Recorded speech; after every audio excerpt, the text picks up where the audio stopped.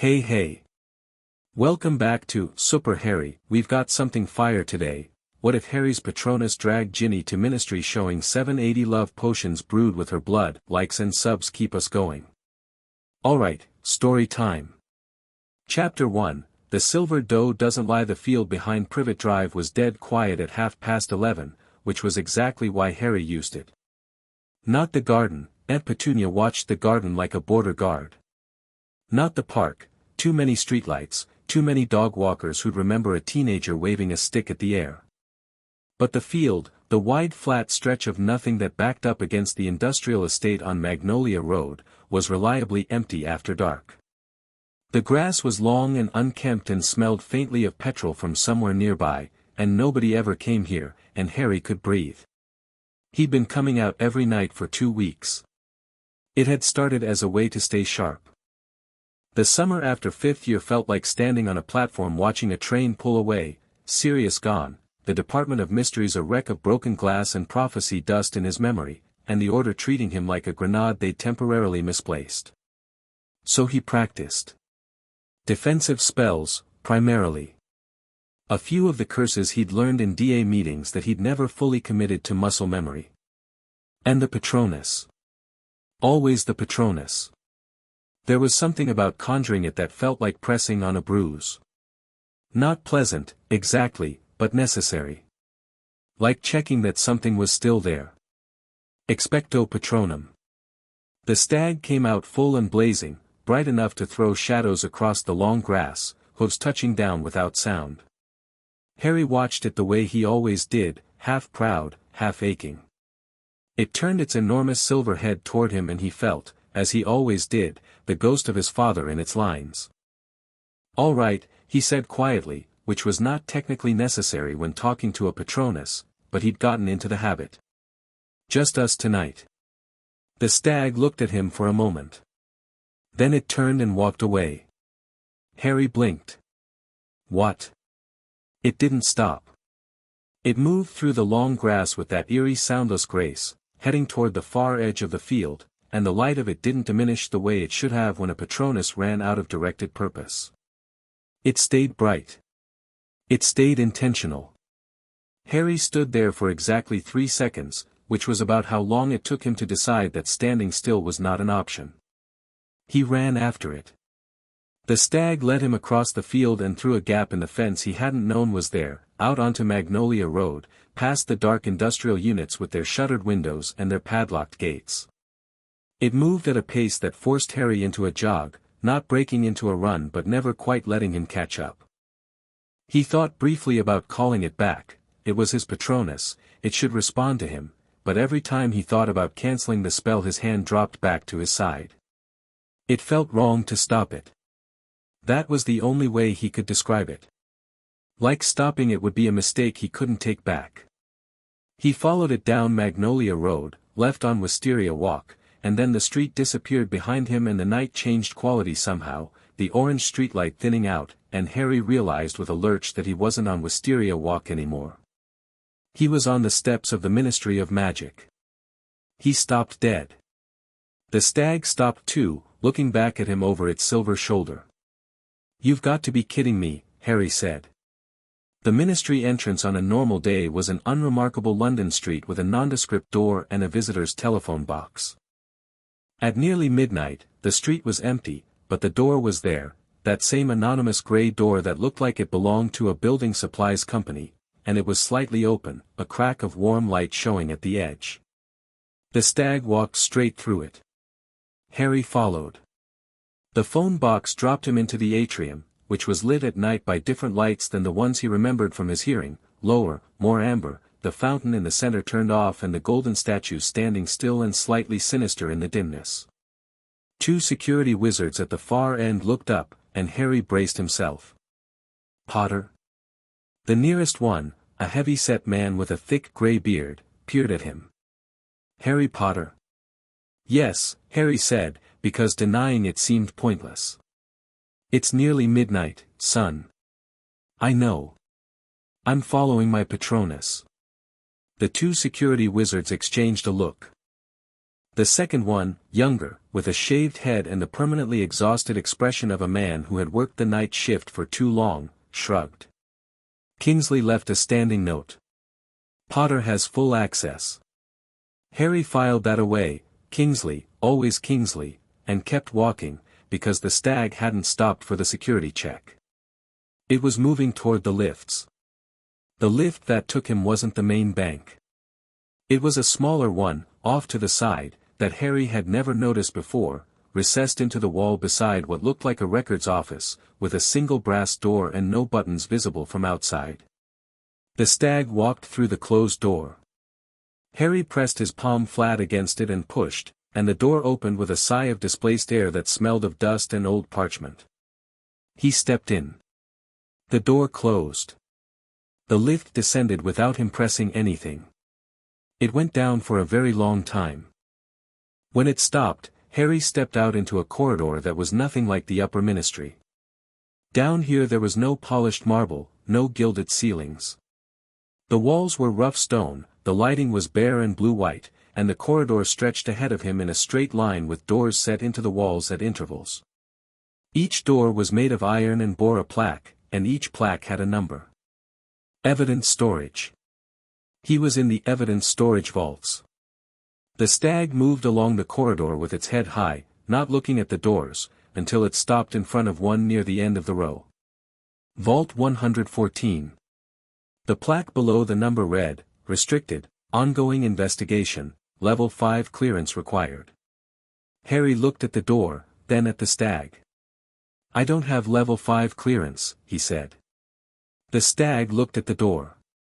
Harry pulled out his wand. Right. He tried Alohomora first, nothing. Then a more complex unlocking charm he'd learned from Hermione's notes, one she'd copied from a library book on advanced household charms and never actually tested.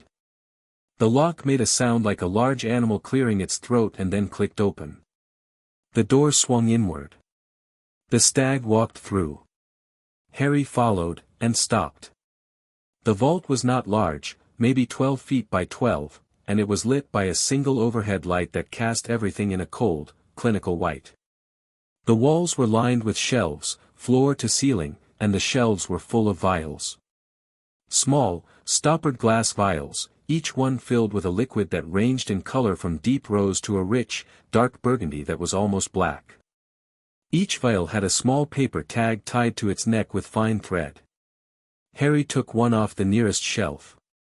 The liquid inside was the color of garnets held up to a window. It moved with a strange slow viscosity, like it had opinions about being disturbed. The paper tag was covered in a neat, cramped handwriting that Harry didn't recognize. Amor Vinculum, Variation 7, Brood, March 14, 93, Primary Binding Agent, GW. He stood very still. GW. He took down another vial. Same handwriting. Same format.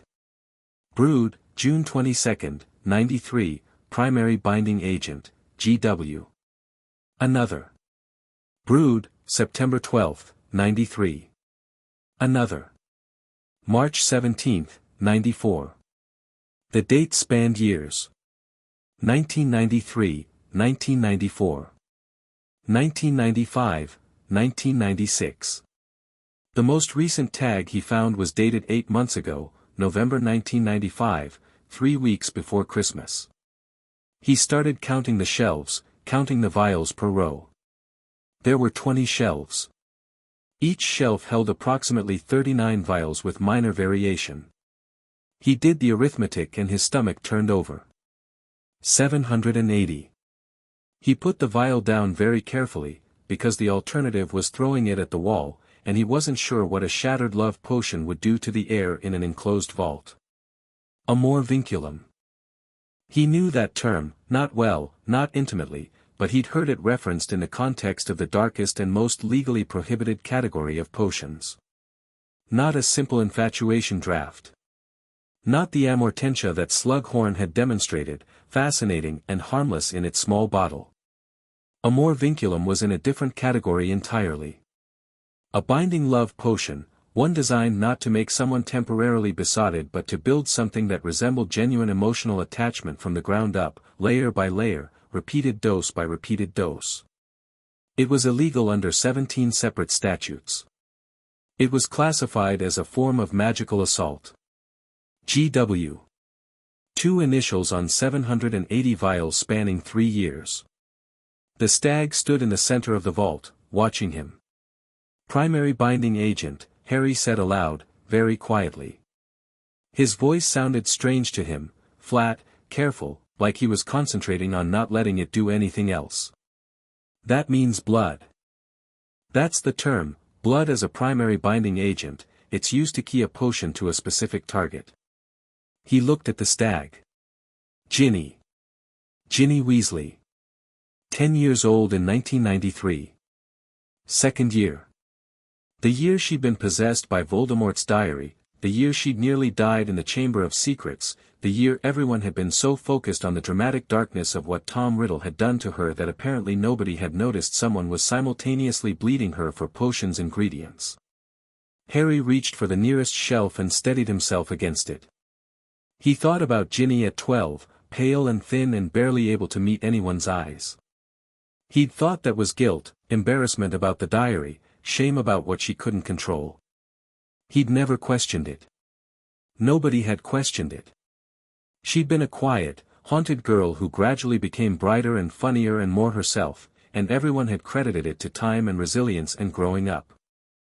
He thought about how she'd always been a little too comfortable around boys who wanted her attention, then a little too eager to agree, then, and this was the one that landed hardest, how she'd dated Michael Corner, and then Dean Thomas, and how Harry had never once stopped to wonder whether Ginny's taste in boyfriends had always actually been Ginny's.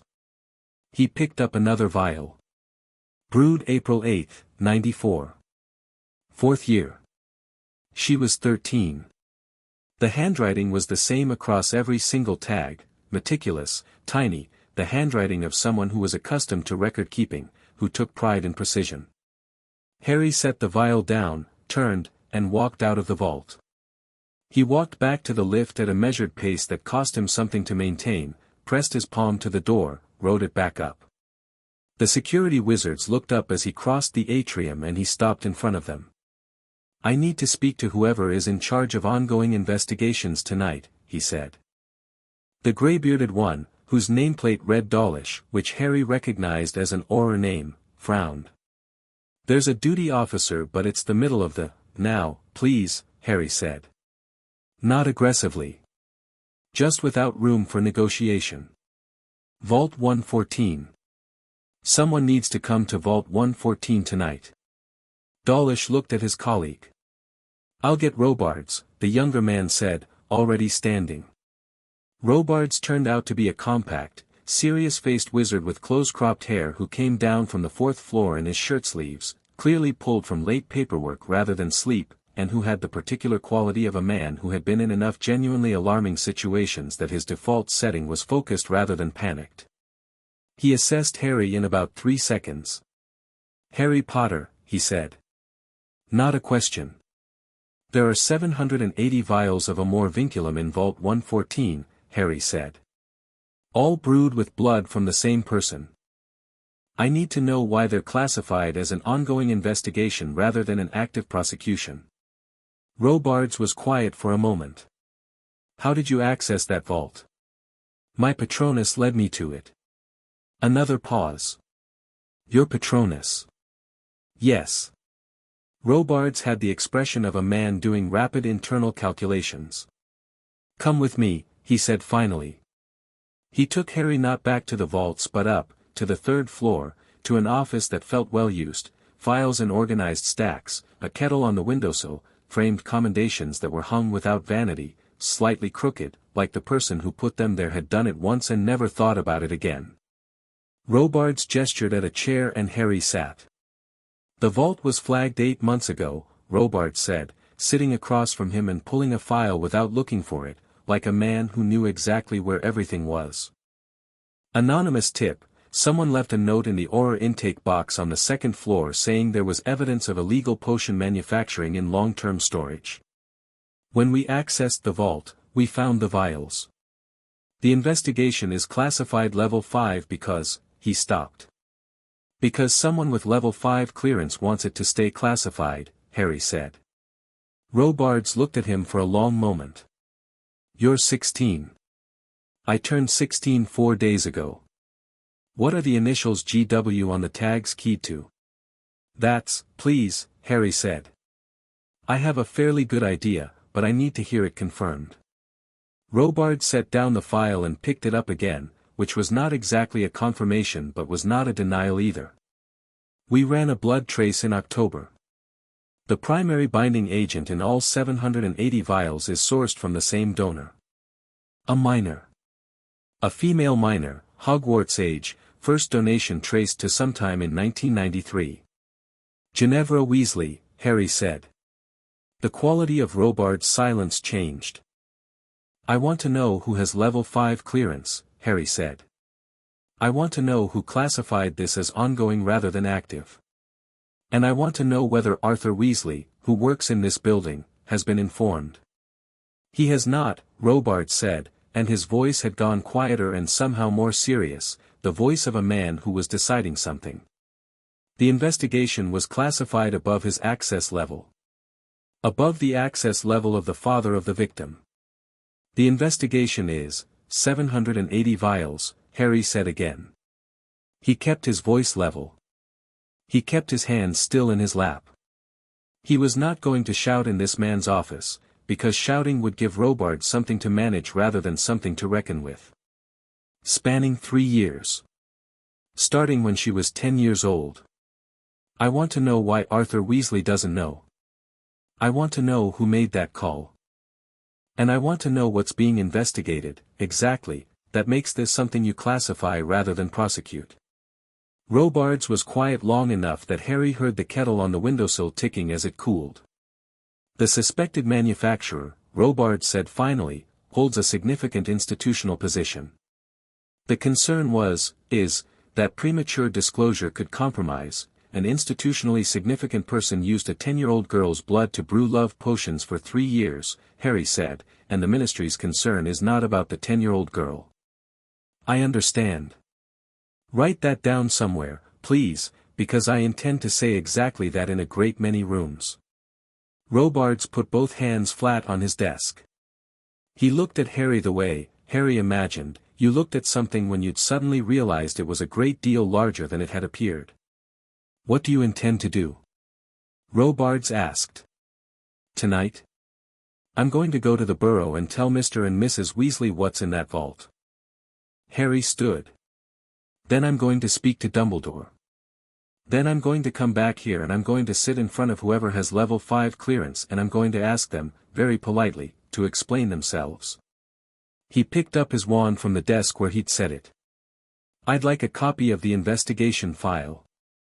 I understand if you can't give me one tonight, but I'm asking so that it's on record that I asked, and that the request was received at, he checked the clock on the wall, 12:47 in the morning on the 25th of July, 1996.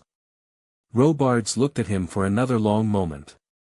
Then he opened his desk drawer, pulled out a piece of parchment, and pressed it to the cover of the investigation file. The parchment shimmered, a copying charm, and he handed it to Harry. It wasn't the full file.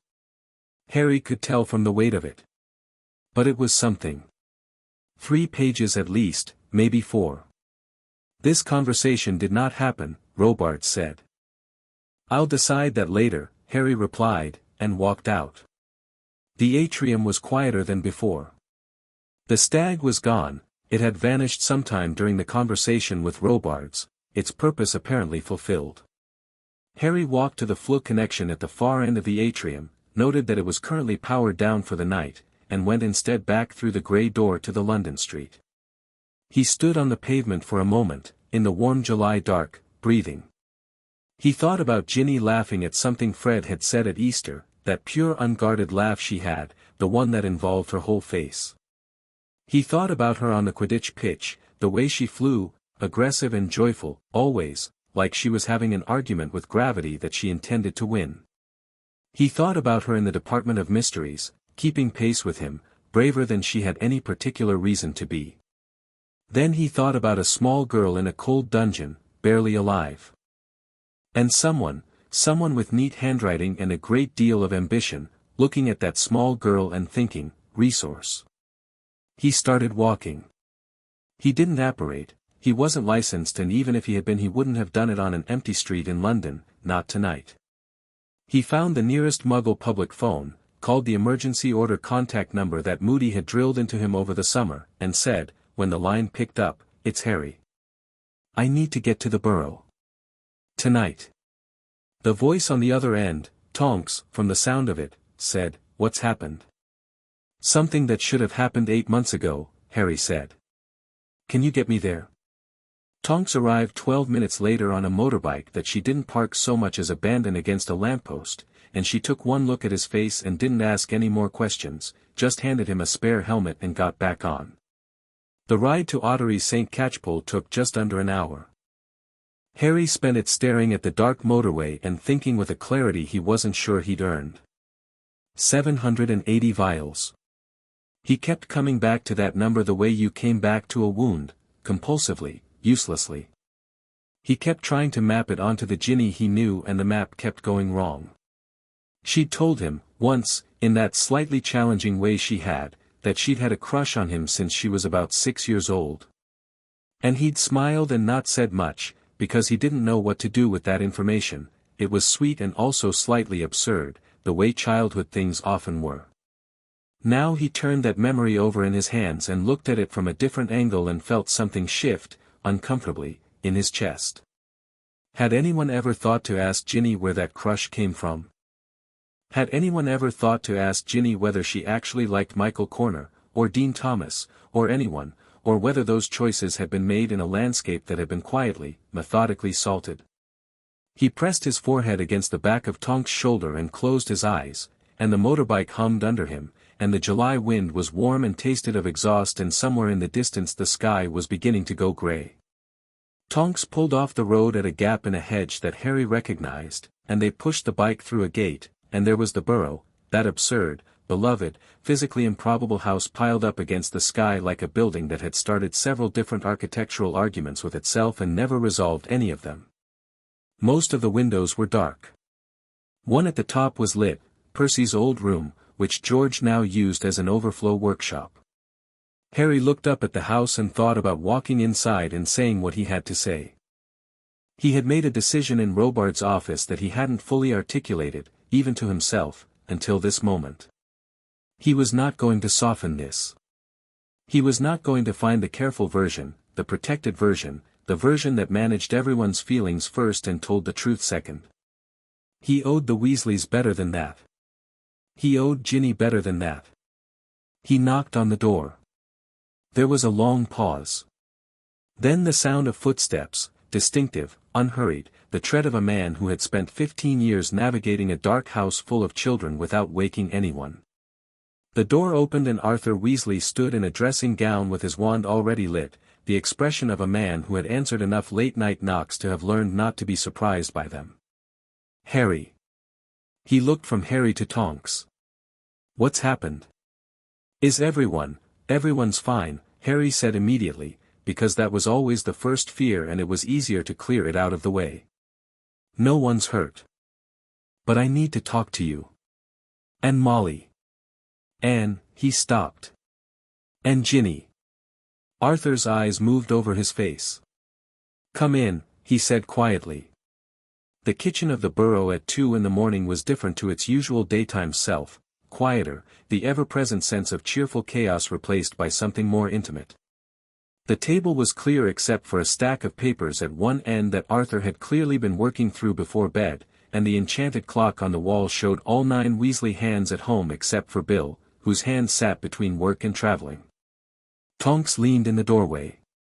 Arthur put the kettle on, and Harry didn't tell him not to bother, because some actions were about needing something to do with your hands and not about the tea. Molly came downstairs in her housecoat, took one look at Harry, and sat down. She did it without a word, which told him she'd read something in his face that he hadn't managed to keep out of it. Then footsteps from the floor above, lighter, quicker, and Ginny appeared in the kitchen doorway. She was in an oversized Holyhead Harpies t-shirt and muggle pajama bottoms with snitches printed on them, hair pulled up in a messy knot, and she looked at him with those clear brown eyes that never missed much, and Harry felt the thing in his chest do something difficult. "Harry," she said. Not alarmed. Assessing. "It's 2 in the morning. I know. I'm sorry." "You don't look sorry. You look like you've swallowed a fanged frisbee." She sat down at the table across from her parents without being asked, tucking one foot up under herself. "What happened?" He put the copied parchment on the table, but he didn't open it yet. He looked at Arthur first. "I was at the ministry tonight," he said. "My Patronus led me there." "I know how that sounds." He saw Arthur nod slightly, with the expression of a man who had worked in the Department of Magical Law Enforcement for long enough to accept stranger things. "I ended up in the evidence storage vaults. Vault 114, which is classified as an ongoing restricted investigation. Inside the vault, Harry." Arthur's voice was careful. "If this is a restricted investigation, inside the vault," Harry continued, not rudely but without stopping, "there are 780 vials of amor vinculum. All of them brewed with blood from the same donor. All of them spanning approximately 3 years, starting in 1993. The blood donor is logged only as GW." He watched the letters land. He watched Arthur's face go very still, the way a face went still when a piece of information was too large to immediately process, when the brain received it and then very quietly went off to a separate room to deal with it privately. He watched Molly's hand go to her mouth. He watched Ginny. Ginny was looking at him and not doing anything with her face at all, which was more alarming than any of the other reactions, because Ginny always did something with her face. "Amor vinculum," Arthur said, and his voice was not entirely steady. That's a blood key binding potion. That's category 3 illegal manufacture. That's the donor, GW, that means, Ginevra," Molly whispered. "The ministry has known for 8 months, Harry said." He put his hands flat on the table, not to steady himself but to stop them from doing something that wasn't useful. "The blood trace was confirmed in October of last year. The investigation was classified above your access level, Mr. Weasley. You were not informed." The silence in the kitchen was the kind that had weight. Arthur stood up. He stood up slowly, with the particular deliberateness of a man who was deciding, very carefully, what kind of angry he was going to be.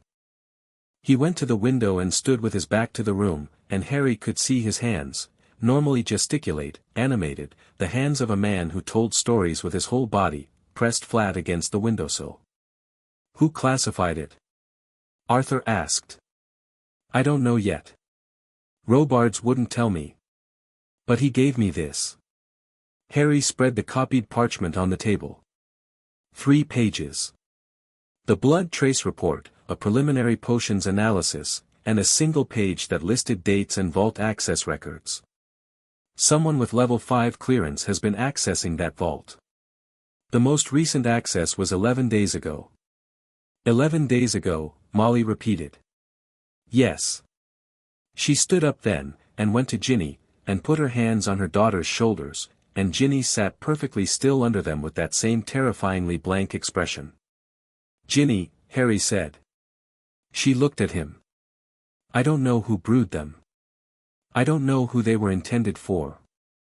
I don't know I don't know any of the things you need to know yet." He kept his voice level. He kept her eyes. "But I'm going to find out. And I wanted you to hear it from me." Ginny looked at him for a long moment. Then she picked up one of the pages from the table, the blood trace report, and read it with the focused, comprehensive attention that he'd only seen her apply to 2 things, Quidditch tactics and anything she considered a genuine problem. She read it twice. She set it down. "They've been accessing the vault," she said. 11 days ago. Yes. That means whoever is being investigated is still, yes. Her jaw set. She nodded once, a small, sharp nod, like something being decided. Arthur turned from the window.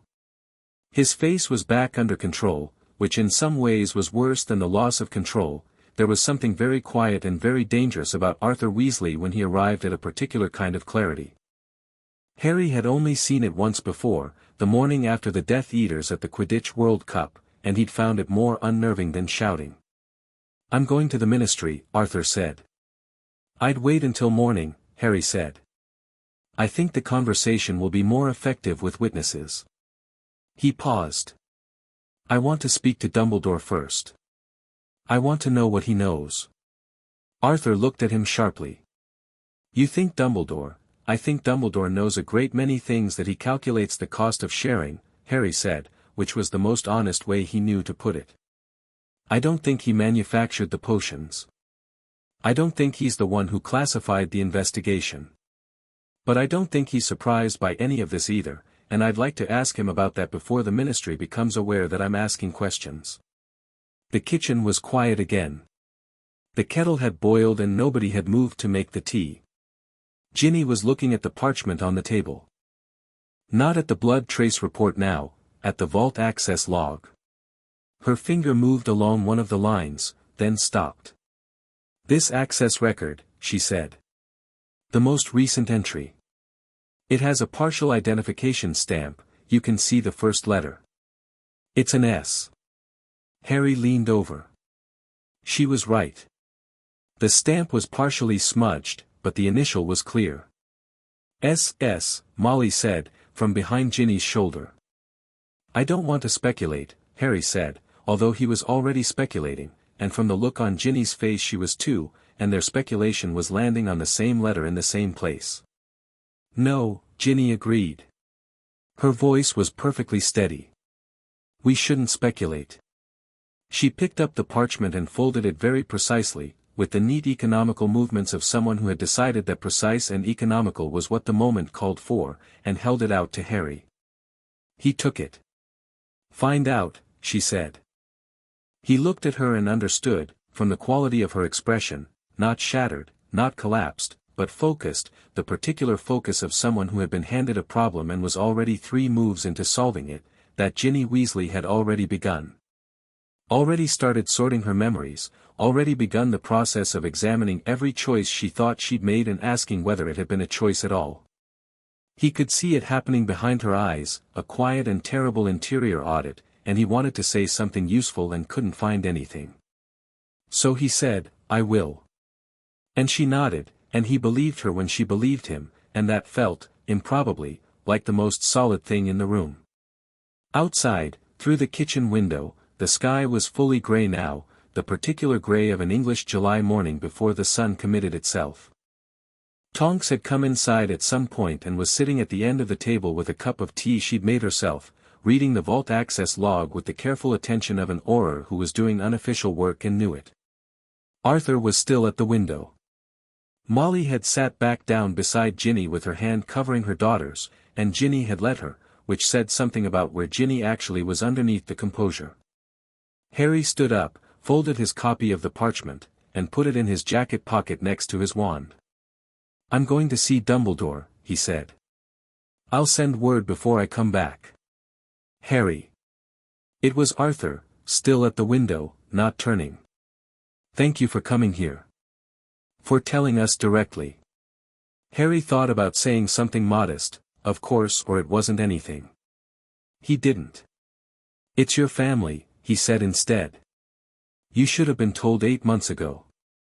He walked out through the kitchen door into the early morning, and the cool damp air of a Devon summer morning was on his face, and his Patronus, he noticed, was nowhere to be seen. It had done what it came to do. He stood in the garden of the burrow, listening to the chickens beginning to stir in their coops somewhere around the side of the house, and he thought, 780. He thought about the neat handwriting on those tags, the obsessive precision of it, the dates going back to 1993, and he felt something that was not quite rage and not quite grief but lived in the territory between them. Then he straightened his jacket, checked that the parchment was still in his pocket, and turned toward the lane, because Dumbledore's portrait was in his office at Hogwarts, and Hogwarts was 20 minutes by flow from the Burrow's fireplace, and the morning was getting older by the second. There was a great deal to do. Chapter 2, 780 Dumbledore's office at Hogwarts in July was a different creature to the office Harry knew from the school year. Without students in the corridors, without the ambient noise of a castle full of living, arguing, laughing people, the building had a particular quality of held breath, like a theater between performances, all the props still in place but the energy contracted down to a waiting stillness. The gargoyle let him in without a password, which meant either Dumbledore had left standing instructions or the gargoyle had developed opinions. Harry didn't stop to ask. The circular office was dimly lit, the instruments on the shelves ticking and rotating with their usual quiet industry, Fawkes absent from his perch, off somewhere, Harry supposed, doing whatever phoenixes did during the summer holidays. The portraits of the previous headmasters were mostly asleep, their subjects snoring softly in ornate chairs, a few of them stirring at the sound of footsteps. Dumbledore's portrait was awake. He was sitting in the painted chair with his fingers laced together, watching Harry cross the room with those blue eyes that somehow retained their quality of sharp, encompassing attention even rendered in pigment on canvas. Harry had found the portrait unsettling at first, an echo rather than a person, a performance of the man rather than the man himself. He'd arrived at a kind of pragmatic peace with it. The portrait knew things. The portrait would talk. That was enough. Harry, Dumbledore said, and his voice from the portrait was slightly thinner than Harry remembered, like a recording made on slightly inferior equipment. This is rather early in the morning. I've been up all night, Harry said. He didn't sit down. I was at the Ministry. Evidence Vault 114. The portraits on the surrounding walls were waking up in ones and twos, little painted heads lifting from painted sleep with the vague blinking interest of people who've been awakened by raised voices. Dumbledore's expression didn't change, which was itself informative. I see, Dumbledore said. 780 vials of a more vinculum keyed to Ginny Weasley's blood, Harry said. Known to the Ministry for 8 months. Classified above Arthur Weasley's access level. The blood collection started in 1993, which means they started when she was in the Chamber of Secrets, or immediately after it. He paused. You knew about this.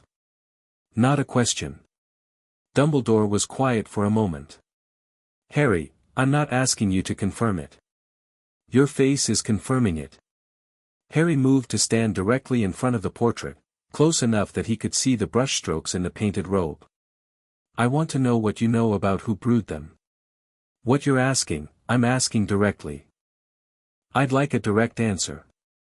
Dumbledore looked at him. The blue eyes were doing their usual thing, processing, measuring, calculating, the machinery of a great mind that had spent so long treating information as a strategic resource that the habit had long since become indistinguishable from the man. Harry watched him do it and felt something very calm and very firm settle into place. I'm done with the version where you tell me what you've decided I can handle, Harry said. I broke into an evidence vault in the middle of the night because my Patronus led me there. I sat in Robards' office at 1 a.m. and cited statutes. I went to the Burrow and sat at that kitchen table and told Arthur Weasley that his daughter's blood has been in a Ministry vault for 3 years. I am not a child who needs information managed.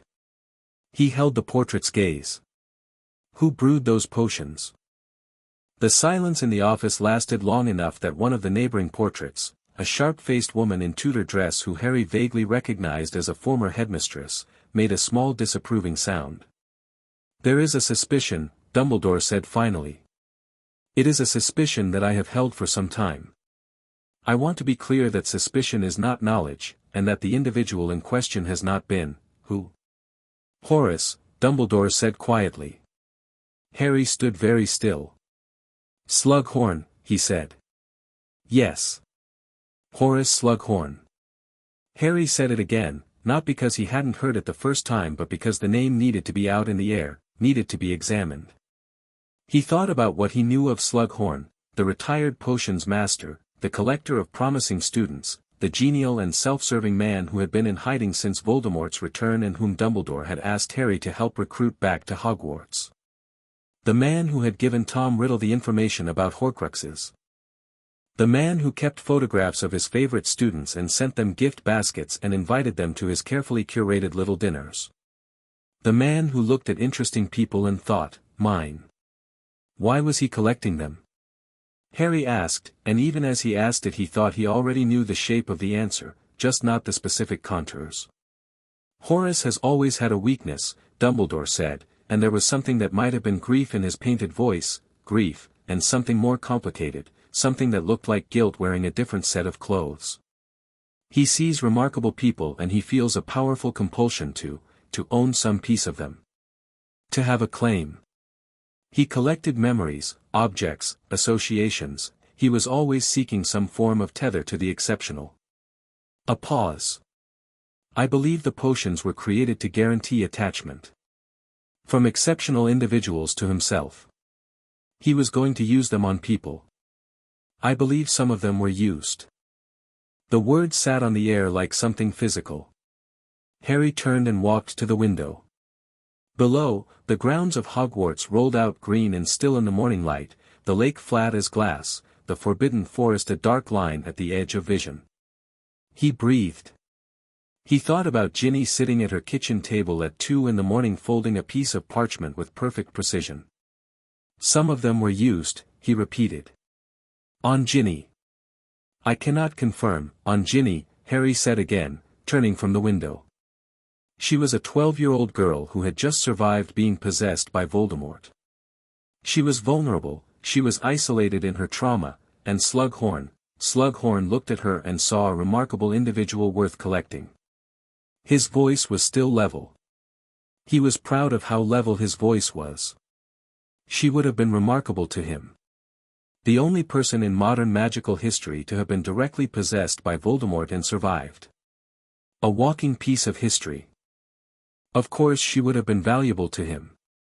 Dumbledore said nothing. Why didn't you tell anyone? Harry asked. You had a suspicion.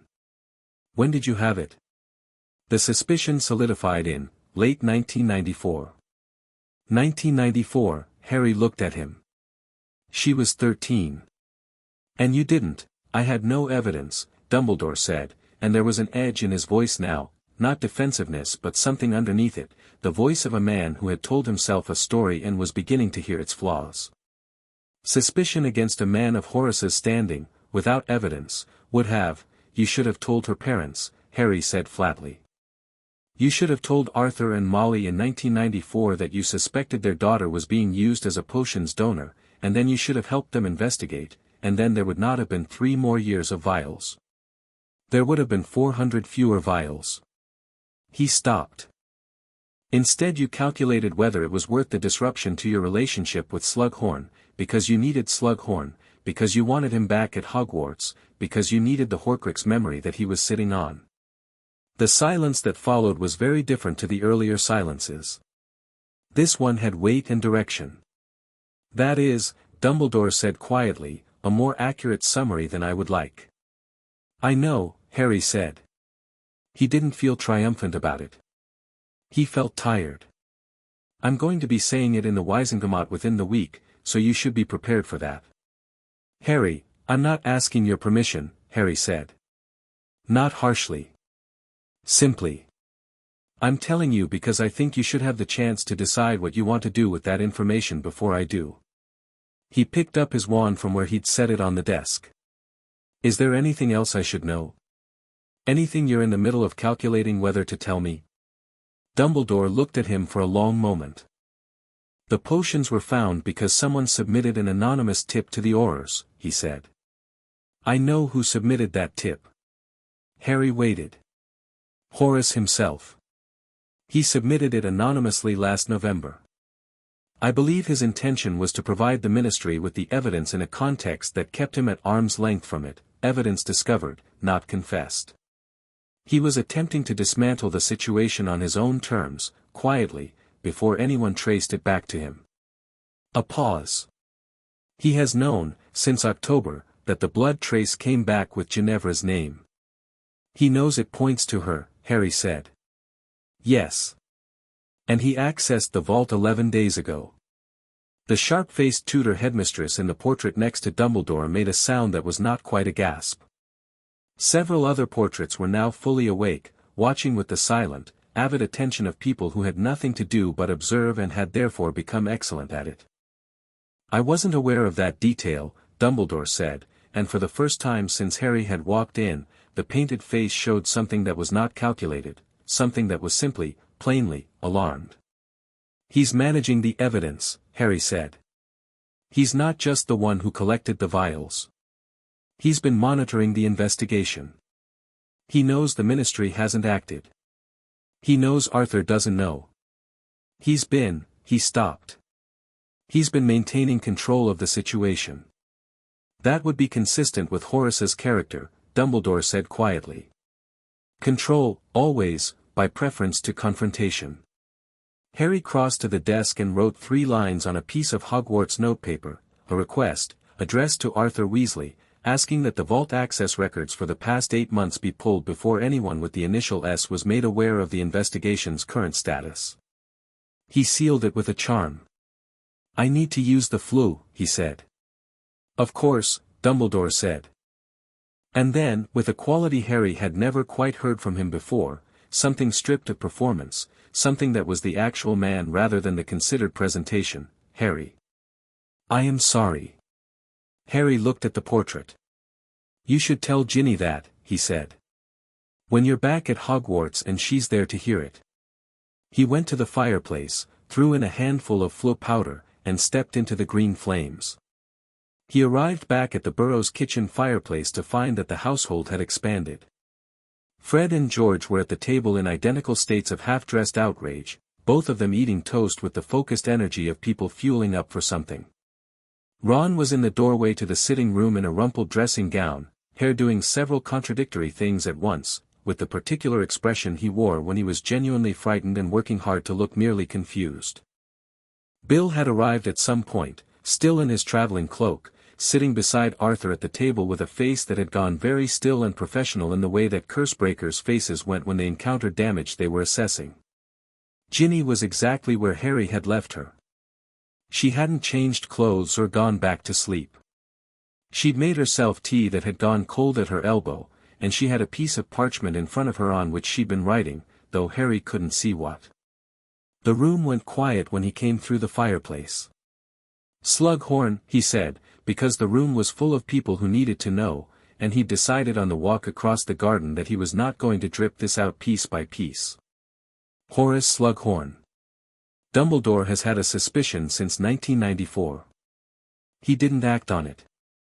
The silence went through several distinct phases. First the pure blank phase, where the name was just a name.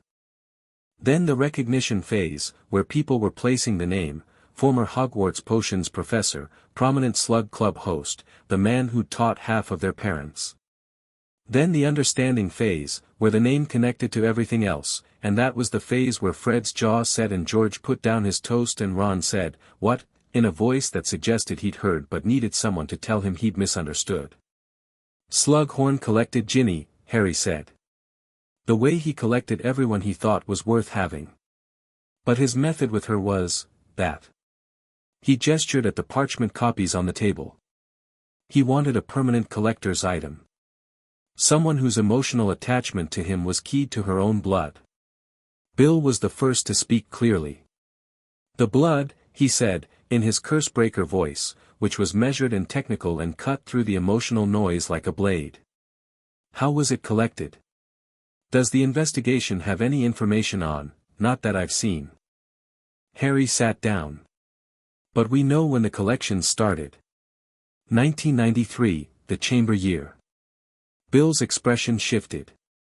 It shifted the way a mathematician's expression shifted when an equation they'd been looking at suddenly resolved into something they could see in full.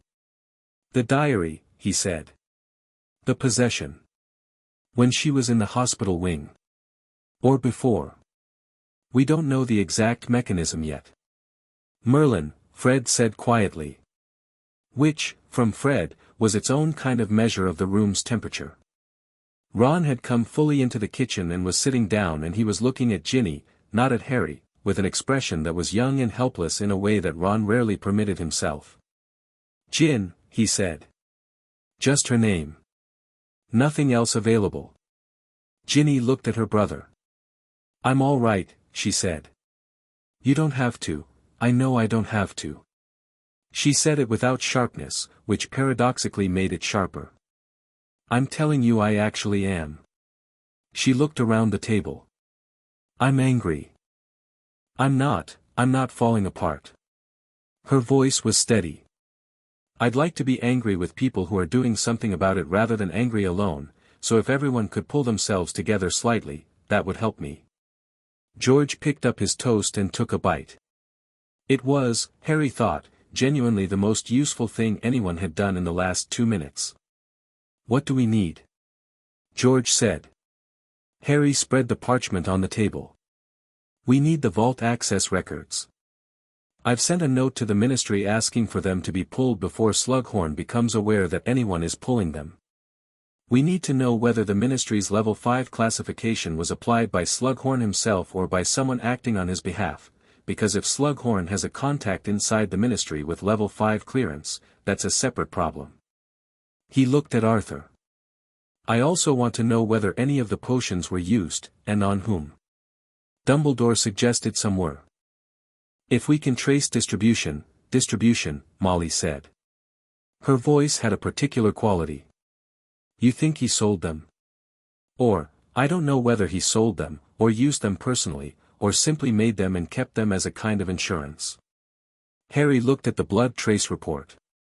780 is a very large number. That's years of production. That's not a personal supply. That's either a stockpile or a commerce. The room sat with that for a moment. His club, Ginny said.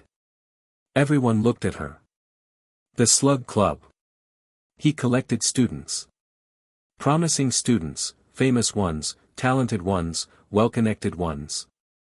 She was looking at the table, not at anyone specific, her voice thoughtful and precise. He was always trying to cement relationships. Keep people attached. Keep them coming back. She paused. What if the potions weren't just keyed to create attachment to him?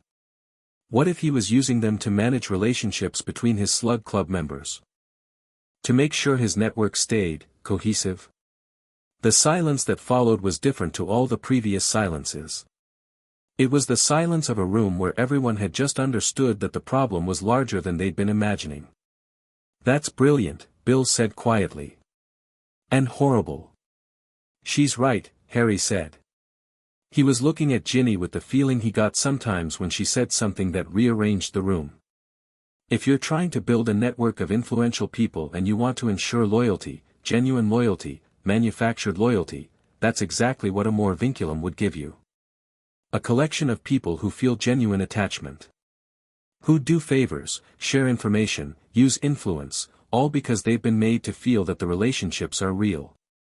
The ministry, Arthur said. He'd gone gray. Harry. Some of Horace's former students are extremely senior at the ministry. I know. The level 5 clearance, I know. Arthur stood up again.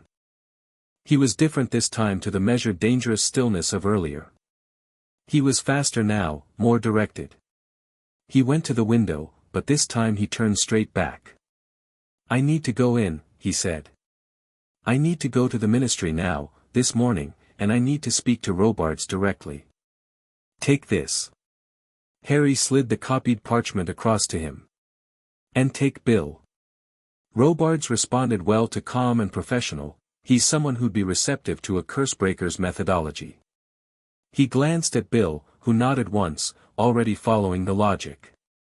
Should I? Ron started. Stay here, Harry said. I need to talk to Ginny. Ron blinked. He looked between Harry and his sister with an expression that was trying to be neutral and not entirely succeeding. Right, Ron said. Okay. Arthur and Bill were already moving, Arthur upstairs to change, Bill pulling out his own parchment and writing what appeared to be a note to Gringotts explaining he would not be in the Cairo office as scheduled. Fred and George exchanged a look and then, with the coordinated efficiency of people who had spent 17 years operating as a unit, they stood up together. We'll go to the shop, Fred said. If someone with level 5 clearance is Slughorn's inside contact, they're going to notice when the vault access records get pulled. We want to know the second anything moves at the ministry. You have contacts at the ministry? Harry said. George looked at him with mild reproach. Harry. We are businessmen. We have contacts everywhere. They went upstairs. Molly remained at the table, hands wrapped around her teacup, not drinking. She was looking at Ginny with an expression that was so full of things there was no room for any specific thing. Ginny reached over and touched her mother's hand. Mum, she said gently. Can you give us a minute? Molly looked at Harry. It was a measuring look, but it was also something else, something that might have been, improbably, relief. She nodded and stood, and went to the sink, and turned the tap on, because that was Molly Weasley's version of giving people space. Harry sat down across from Ginny. She looked at him. The morning light was coming properly through the kitchen window now, real daylight replacing the grey pre-dawn quality, and it caught the copper in her hair and the hollows under her eyes that meant she hadn't slept and wasn't going to. What else did Dumbledore say? She asked. Slughorn submitted the anonymous tip himself. Last November. He was trying to get the evidence surfaced in a way that couldn't be traced back to him. Ginny was quiet for a moment. He got scared, she said. After Voldemort came back. He went into hiding, we all know that, it was in the papers. He was scared of being on the wrong side. She looked at her cold tea. And then he started thinking about what he'd done, and he realized it was the kind of thing that could undo him. So he tried to quietly bury it where the ministry could find it without finding him. Yes. He wanted it to disappear. Her voice was still even. Still precise. He wanted the evidence locked in a vault where it could be an ongoing investigation indefinitely, and he could keep an eye on it, and eventually, what? The statute of limitations? Or just hoping no one ever looked closely? I think mostly hoping, Harry said. He didn't count on anyone tracing the blood. He thought the GW initials would be enough of a buffer. Ginny looked down at her parchment. Harry could see now what she'd been writing, it was a list. Dates. Specific dates with brief notes beside them. He recognized some of them, the end of second year, the summer before third, Christmas of fourth. What is that? He asked. She turned it toward him. My memories, she said simply. The ones that feel wrong. She met his eyes, and this was the moment where the composure had a slight fracture in it, not collapse, not even close, but a hairline crack that showed what was underneath, which was someone in a great deal of pain doing a remarkable job of holding their shape. I've been sitting here trying to remember when I felt like myself and when I didn't. And there are gaps. Not big ones. Not the diary kind of gaps. Just, small ones. Choices that felt automatic. Feelings that were right there when I reached for them, which you'd think would be normal, except they were always the right feeling in the right direction, and I'm sitting here now thinking about how feelings don't actually work that cleanly. Harry read down the list. The dates clustered in the autumn terms, he noticed. September through December of each year. Predictable dosing windows. Ginny, he said. He waited until she looked at him. I can't tell you which things were real. I don't know, and neither does anyone else until we find out what the potions were specifically designed to target. He held her gaze. But I can tell you that you cheeked Draco Malfoy in front of a corridor full of Slytherins in fourth year, and you kicked me in the shins when I was being an idiot after the Yule Ball, and you kept flying even after your mum tried to confiscate your broom twice, and every single one of those things is so spectacularly you that no potion ever brewed could take credit for it. She looked at him for a moment. You kicked me in the shins, she said. You absolutely did. I still have the bruise. Something crossed her face that wasn't quite a smile but was in the same family. You were being a colossal idiot. Completely fair. The hairline crack in the composure sealed itself.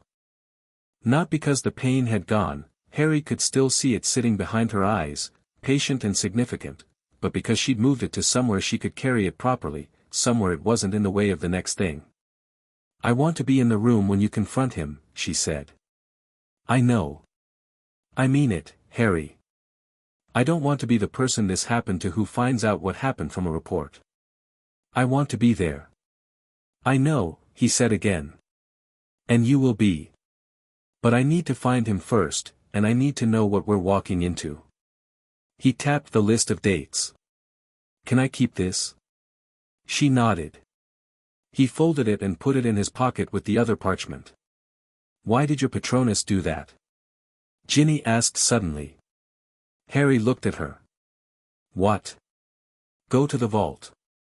Led you there. Patronuses don't, they carry messages, they fight dementors. They don't just decide to go somewhere." She looked at him with that assessing directness that was one of the most Ginny things about her. "Why did yours?" Harry didn't answer immediately. The answer he had available was incomplete and he knew it. He'd been not thinking it for most of the night, holding it at a careful distance because examining it meant examining several other things simultaneously. "I don't know," he said, which was both true and not entirely true. Ginny looked at him for another moment. "Okay," she said, in a tone that meant she knew it was not entirely true and was choosing not to press it right now, which was a choice that cost her something, because pressing things was very much her instinct. "Thank you," Harry said. "For what?" "For not pressing." She picked up her cold tea. "I'm pressing it later." "I know."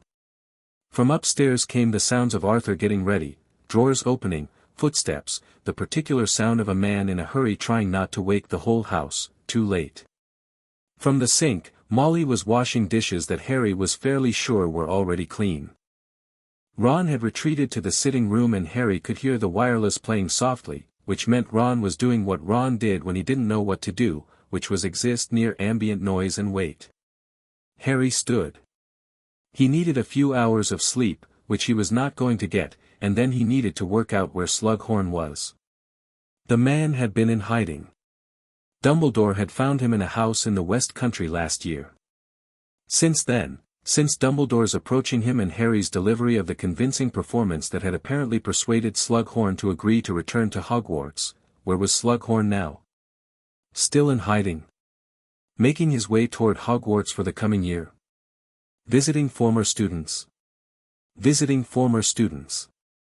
Harry stopped in the middle of the kitchen. "His Slug Club contacts," he said. "If he's been using the potions to maintain his network, they're all over the country. He could be with any of them. He'd feel safe there. Comfortable." He turned to Ginny. "Did he ever write to you? After second year? Or invite you to anything?" Ginny's expression went through something complicated. "He sent me a card," she said. "At the end of third year. I thought it was just, he'd taught me for a year, I thought it was just his way." She paused. "He called me one of his most promising students. He said he hoped to see more of me." The way she said it, flat, declarative, stripping out any inflection that might be considered editorial, was its own kind of editorial. "I'm going to find him," Harry said. "I know," Ginny said. "And I'm going to be there." "Not today," Harry said, and when she started to object, "Not because I think you can't handle it. Because if we go in today we go in with no information and no plan and he'll have a dozen ways to redirect and deflect, and we end up with nothing and he goes further underground." He met her eyes. "I need 2 days. Maybe 3. And then we go together." She held his gaze. "2 days," she said finally. "Not 3. Deal."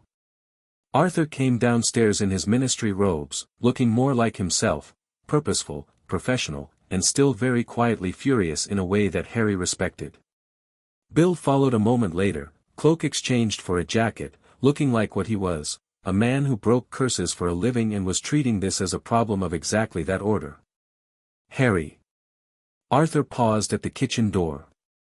He looked at his daughter, then back at Harry, and the look carried several things that neither of them put into words. "Thank you," he said. "Again. Go find out who applied the level 5 classification," Harry said. "That's the thread. Pull it." They went.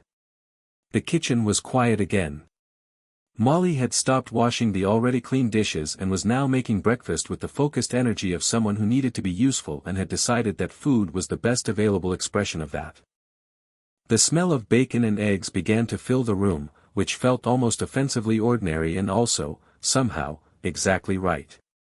Harry sat back down.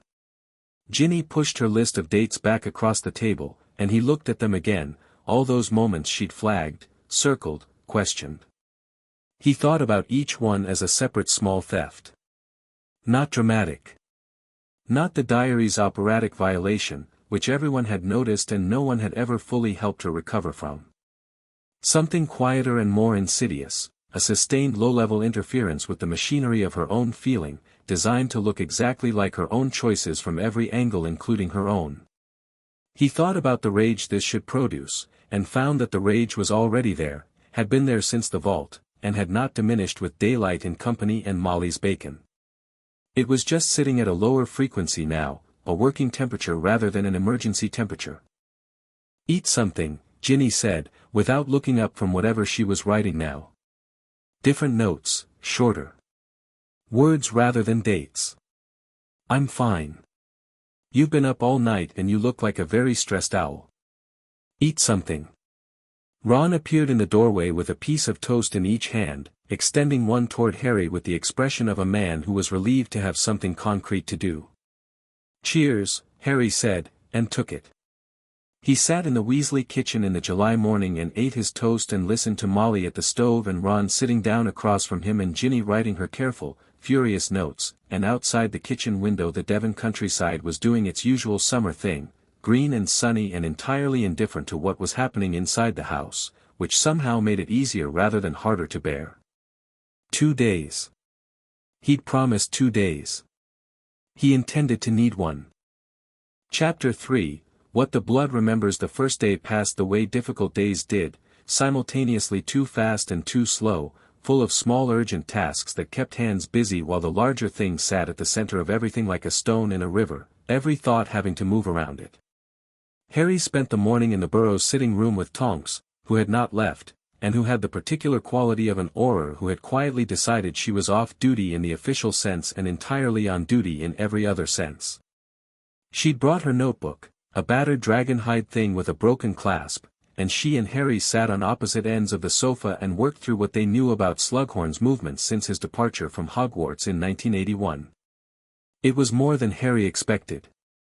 Tonks had a memory for ministry gossip that she wore lightly but ran deep, and she pulled up threads of information with the casual precision of someone who had been filing things away for years without quite knowing why. He traveled extensively in the 90s, she said, turning pages. Europe primarily. He has a second property in the south of France that's unregistered with the British ministry, registered with the French, but there's no cross-referencing protocol, so effectively invisible to our end. She paused. He has former students in 7 countries. At least 3 of them are senior government officials. 7 countries, Harry said. He was very good at his job, Tonks said, not without a certain bitter appreciation. The Slug Club wasn't just a social exercise. It was infrastructure. He spent 40 years building a network that spans magical governments across Europe, and every node in that network has warm feelings toward him that may or may not be chemically assisted. Harry looked at the ceiling. How do you go after someone like that? You arrest him. Half the people in a position to process the arrest feel a fundamental reluctance they can't explain. That, Tonks said, is exactly the problem Robards is going to identify about 8 hours from now and spend another 8 hours panicking about. She closed her notebook. Which is why we don't go through official channels first. We go through channels that are outside the contaminated network. The Wiesengemot, Harry said. The full court, not the standing committees. The standing committees have Slug Club alumni on every single one. She paused. The full court only convenes on direct petition. Anyone can submit a petition, but it takes 3 co-signatories of recognized standing. She looked at him. Dumbledore's portrait can designate a proxy with recognized standing. Can it?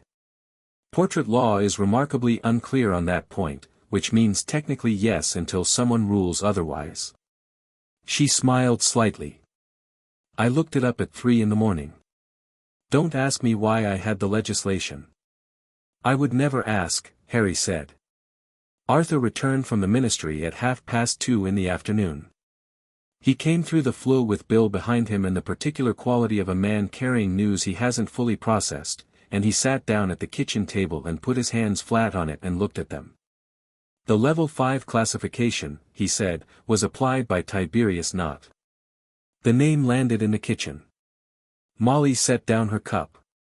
Tonks, who'd followed Harry into the kitchen, went very still.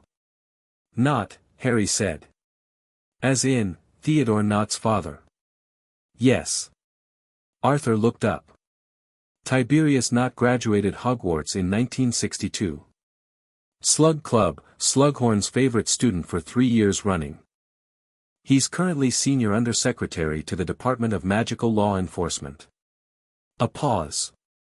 He applied the level 5 classification 6 days after the vault was discovered. Before the blood trace was run. Before they knew who the blood belonged to, Bill said, sitting down. He buried it before anyone could identify the victim. He may not have known about the blood at all, Harry said. Slughorn may have asked him to sit on it as a favor. Just, close this down quietly. Knott wouldn't necessarily have known what was in the vault. He buried evidence, Tonks said. Knowingly or otherwise, he applied a classification that protected a vault he hadn't examined, on behalf of someone who asked him to. That's obstruction. That's a very long history of doing favors, Arthur said quietly. Knott and Horace go back 40 years. Horace sent him a fruit basket every Christmas until Knott's wife died. He wrote a letter of recommendation that started Knott's ministry career. His voice was remarkably controlled. He asked Tiberius not to close a door and Tiberius Knott closed a door, and neither of them thought very much about what was behind it. We need Knott, Harry said. Not as a target. As a witness. He can testify to receiving a direct request from Slughorn. That breaks the chain of protection. He looked at Tonks. Can Robards approach him? Robards approached him this morning, Bill said, and something in his tone made everyone look at him. Knott had a stroke at 11:45. He's in St. Mungo's. The kitchen went very quiet. Is he alive? Harry asked carefully. Yes. It was minor, apparently. He'll recover. Bill met Harry's eyes. Whether it was coincidence or whether Slughorn has somehow become aware that the investigation is moving, we don't know. Slughorn accessed the vault 11 days ago, Harry said. He's been monitoring. If he has a contact inside the ministry who flagged this morning's activity, he'll run, Ginny said. She'd come down from upstairs at some point, Harry wasn't sure when, changed into jeans and a Quidditch jersey, her hair down, looking more herself than she had at 2 in the morning except for the specific quality of her eyes, which were alert in the way eyes were alert when something had been decided. He'll go to ground, she continued, sitting down. He did it before when Voldemort came back. He knows how to disappear. He has properties we don't know about, contacts who'll shelter him. She looked at Harry. We said 2 days. We don't have 2 days. Harry looked at Tonks. She's right, Tonks said. Where is he? Harry asked. Right now, what's our best guess? Tonks opened her notebook again. His last confirmed location was Budleigh Babberton, the house you and Dumbledore visited last summer. He vacated it sometime in the spring, we think. His forwarding arrangement with the Owl Post was redirected to a care of address in, she turned a page. Bristol. Bristol, Bill said. It's a holding address. A magical forwarding service, messages get held and collected. He wouldn't stay near it, but he'd check it periodically. She looked at Harry. "If we're fast, let's go," Harry said. "Harry." It was Arthur, and his voice had a quality that made Harry stop. "If Slughorn runs, if we spook him before we have enough to bring to the Wisengamot, we lose him.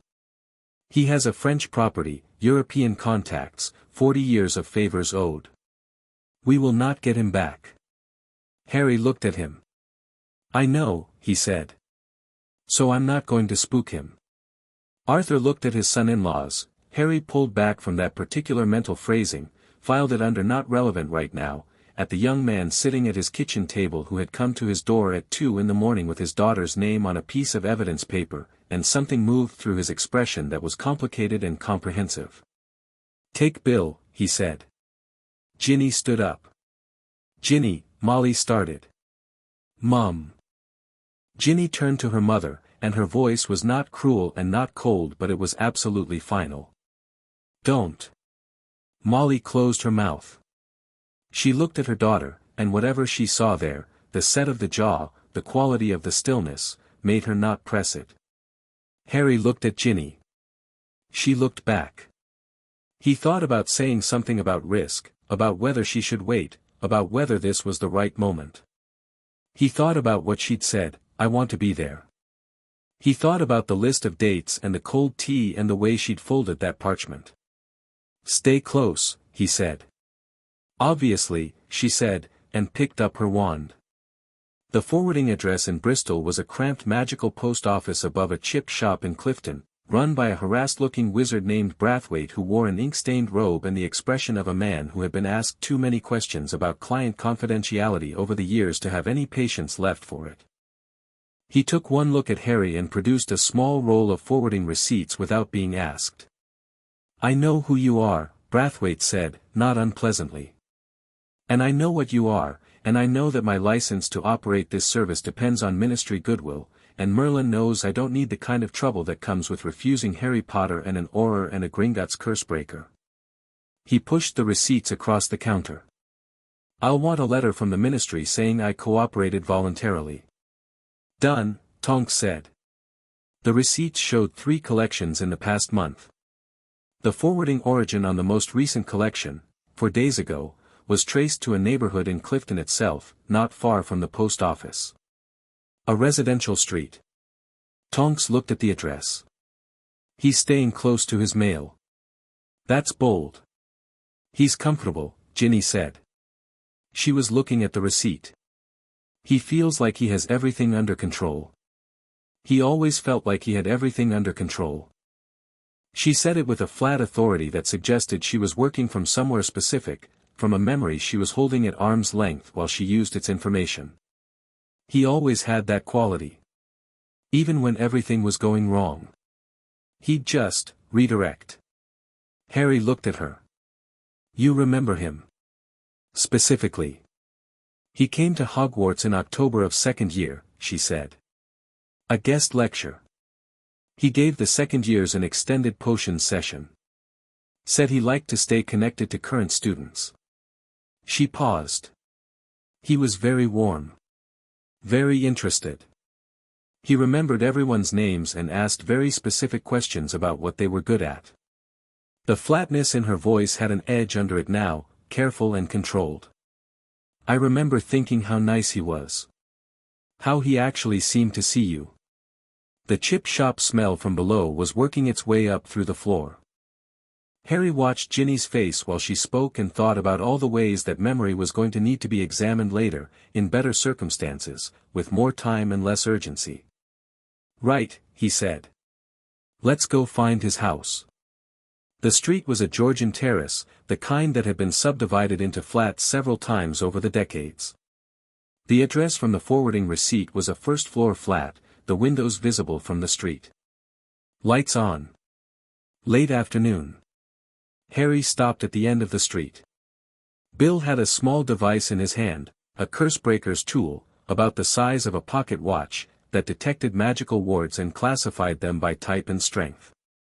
"He's warded," Bill said quietly. "Alert wards, not offensive.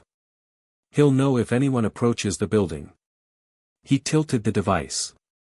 There's a concealment ward on the door, it'll look like a blank wall to anyone without the key. He paused. He's also got an emergency port key somewhere in the building. I can't tell exactly where, but the signature is active. He's set to run. Can you deactivate the port key remotely? Harry asked. Not without setting off the alert ward. Can you deactivate the alert ward without setting off the port key? Bill turned the device over. Maybe. Give me 4 minutes.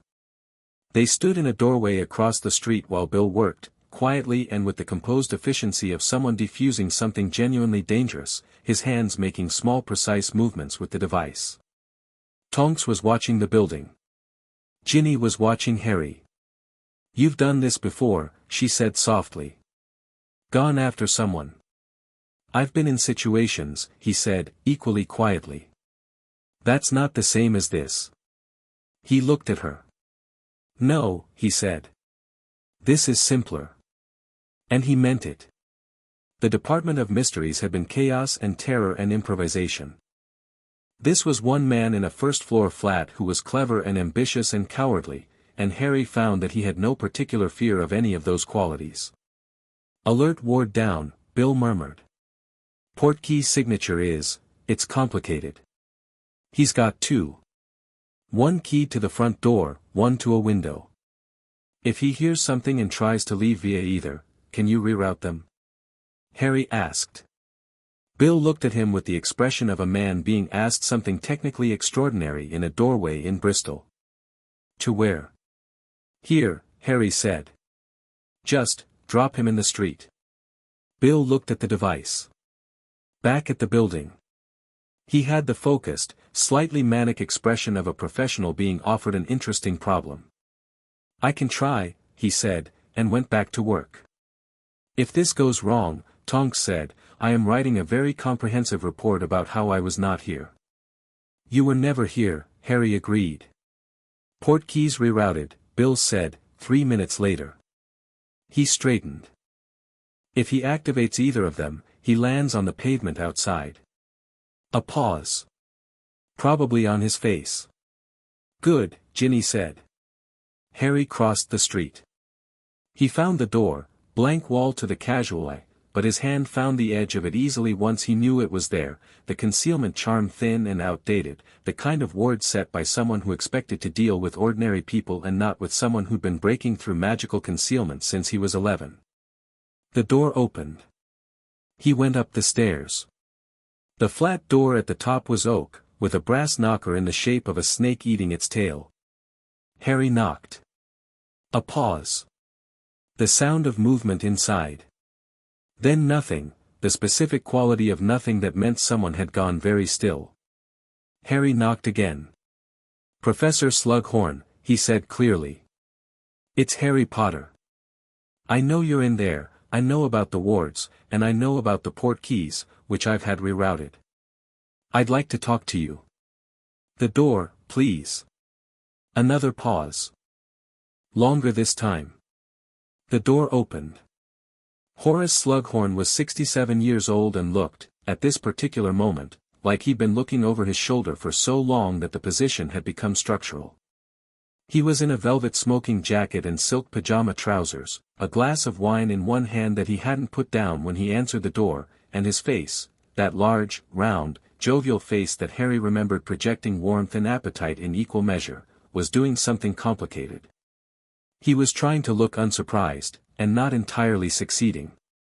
His eyes moved past Harry to the stairwell, cataloguing who was there, registering Ginny, and something happened to his expression that was very small and very significant. Harry, he said. His voice was warm. Of course it was warm. It was always warm. What a surprise.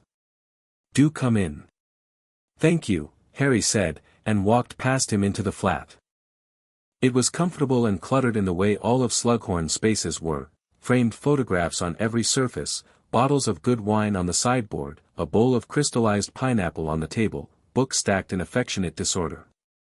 It looked like a man's real home rather than a hiding place, and that was itself a kind of information. Slughorn had been here long enough to nest. Ginny walked in behind Harry. She stopped in the center of the room and looked around it slowly, and Harry watched her doing the inventory, looking at the photographs, the bottles, the books, with the systematic attention of someone cataloging a scene. She stopped at one of the photographs. Harry looked at it. A group photograph, a slug club dinner, from the look of it, a long table with a dozen young people in dress robes. Early 1990s from the styling. He didn't recognize the students until his eye landed on a girl near the end of the table, 12 years old, copper hair catching the flash, face bright and slightly self-conscious in the way of someone who's been asked to a very grown-up thing and is trying not to show how pleased they are. Second year. The chamber year. Ginny was looking at the photograph. Slughorn closed the door and stood in the middle of his flat with the wine glass and the smile, and Harry turned to face him. Vault 114, Harry said. All the warmth drained out of Slughorn's face. It didn't go slowly. It went all at once, like a lamp extinguishing. One moment the whole performance was in place, and then it wasn't, and what was underneath was something Harry had not expected. Not cold. Not calculating. Something that looked, with uncomfortable specificity, like shame. Sit down, Professor, Harry said. Slughorn sat. He sat in the armchair by the window with the wine glass still in his hand and the shambling deflation of a man whose bluster had left him suddenly and entirely, and he looked old. Genuinely old, not old in the way of someone performing age as an excuse, but old in the way of someone for whom a particular moment has arrived too soon and too finally. Harry sat across from him. Ginny stood. She'd moved away from the photograph and was standing to one side of the room in the way of someone who had decided that sitting down was not what they were doing today. You submitted the tip anonymously, Harry said. Last November. You thought you could get the vials into ministry custody without anyone tracing them back to you. Slughorn looked at him. He looked at Ginny. He looked at his wine glass. How much do you know? He asked. All of it, Harry said, which was not quite true but was the correct thing to say. A long pause. The collections began in 1993, Slughorn said. His voice had changed. All the social music had gone out of it and what was left was quieter and more precise. During her stay in the hospital wing. After the chamber. He stopped. Go on, Harry said. She was remarkable. He said the word with a complicated weight, the word of a man reclaiming something from himself and not finding it as comfortable to hold as he'd expected. What she had survived was unprecedented. I was at Hogwarts that year as a guest. Albus had asked me to assist with a particular potions project, an unrelated matter, and I was present during her recovery. He looked at his glass. I have always had a particular sensitivity to potential. To what people might become. And what I saw in that girl, she was 12, Ginny said. Her voice was very quiet. Slughorn flinched. It was small and honest. She was 12, he agreed. And I told myself that what I was doing was, I told myself it was preservation. That having an anchor, a potions-based anchor, to someone of such remarkable resilience was a kind of, a collector's impulse. His voice was doing something effortful. I have always collected. You know that, Harry. I told myself it was no different. But it was different, Harry said. Yes. Slughorn set the wine glass down. Because everything else I collected was chosen. A photograph, a memory, a relationship cultivated over time. What I did to this girl, he stopped. He looked at Ginny directly for the first time. What I did to you was not collection. It was, I did not have the word for it until I was in hiding and had nothing to do but think.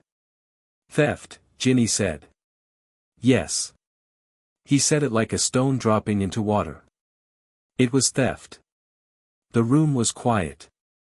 Outside, Bristol was going about its afternoon business, a bus passing, someone's radio, the smell of the chip shop rising from below in cheerful disregard for the weight of what was happening one floor up.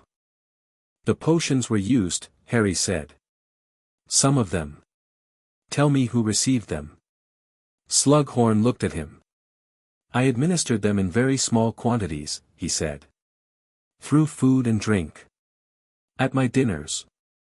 I want to be clear that the quantities were, I was not trying to manufacture devotion. I was trying to maintain attachment. To keep my former students feeling warmly toward me, feeling that the relationship was alive and, who, Harry said again. A pause.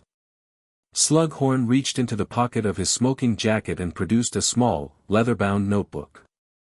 He put it on the table between them. Every name, he said.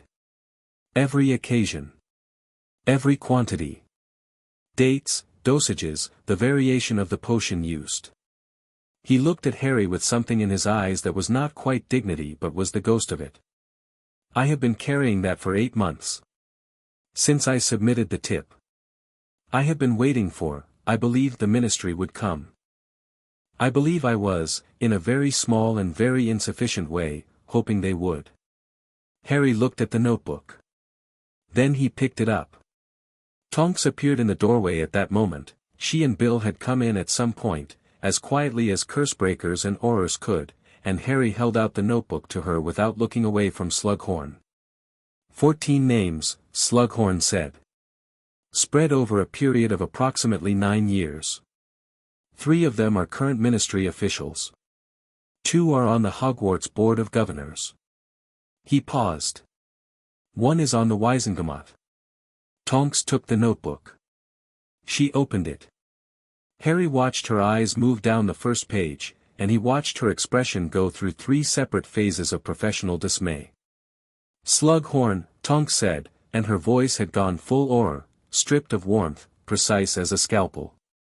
I need you to stand up. Am I being arrested? He asked. Not with alarm. With something that was almost relief. You're being brought in for questioning, Tonks said. Under Auror authority. I'll apply for formal arrest once I've spoken to Robards. She looked at Harry. Robards is clean. He's not in the book. I know, Harry said. That's why I talked to him last night. Slughorn stood. He was looking at Ginny, and the look had the quality of a man who had been rehearsing something for a long time and had arrived at the moment of saying it and found all the words insufficient. I am sorry, he said. I know it means very little. I know the scale of what it means very little against. He stopped. But I am. Ginny looked at him for a long moment. Her face was unreadable in the specific way it was when she was feeling too many things at once and had elected not to choose between them. I know you are, she said. That doesn't fix anything. No, he agreed. Good, she said. I need you to remember that. Tonks put her hand on Slughorn's arm with the practiced ease of someone who'd done this many times, and walked him toward the door. Bill fell into step on his other side. At the door, Slughorn paused and looked back at Harry. The potions in the vault, he said.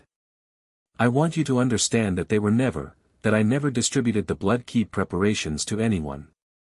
They were only ever intended for my personal stockpile. Insurance.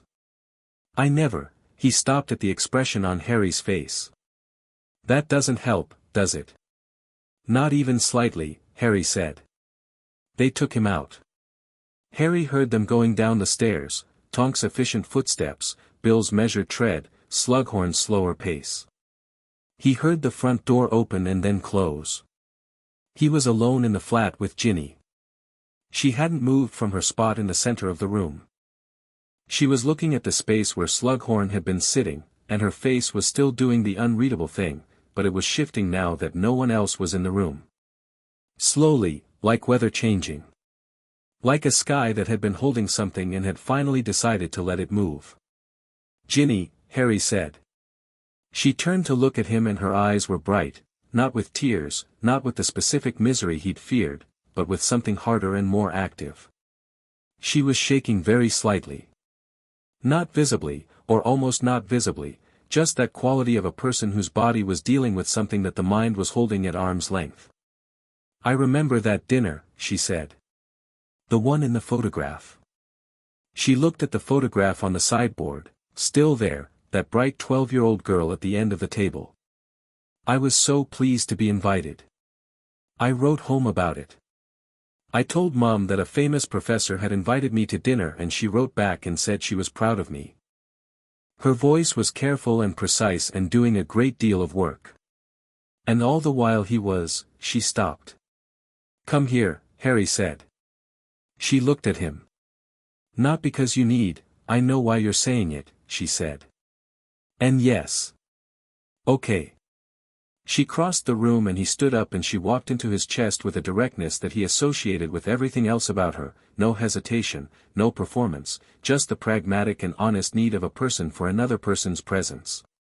He put his arms around her and she put her forehead against his collarbone and breathed, and he felt the shaking in her gradually slow and then stop, and neither of them said anything for a moment. Outside the chip shop smell and the bus sounds continued uninterrupted. The names in that notebook, Ginny said, muffled slightly. Some of them are going to fight this. I know. The Wiesengemot member. They're going to say the potion was a minor dosing, not a significant influence, not enough to, I know. We can't let them reduce it, she said. She lifted her head.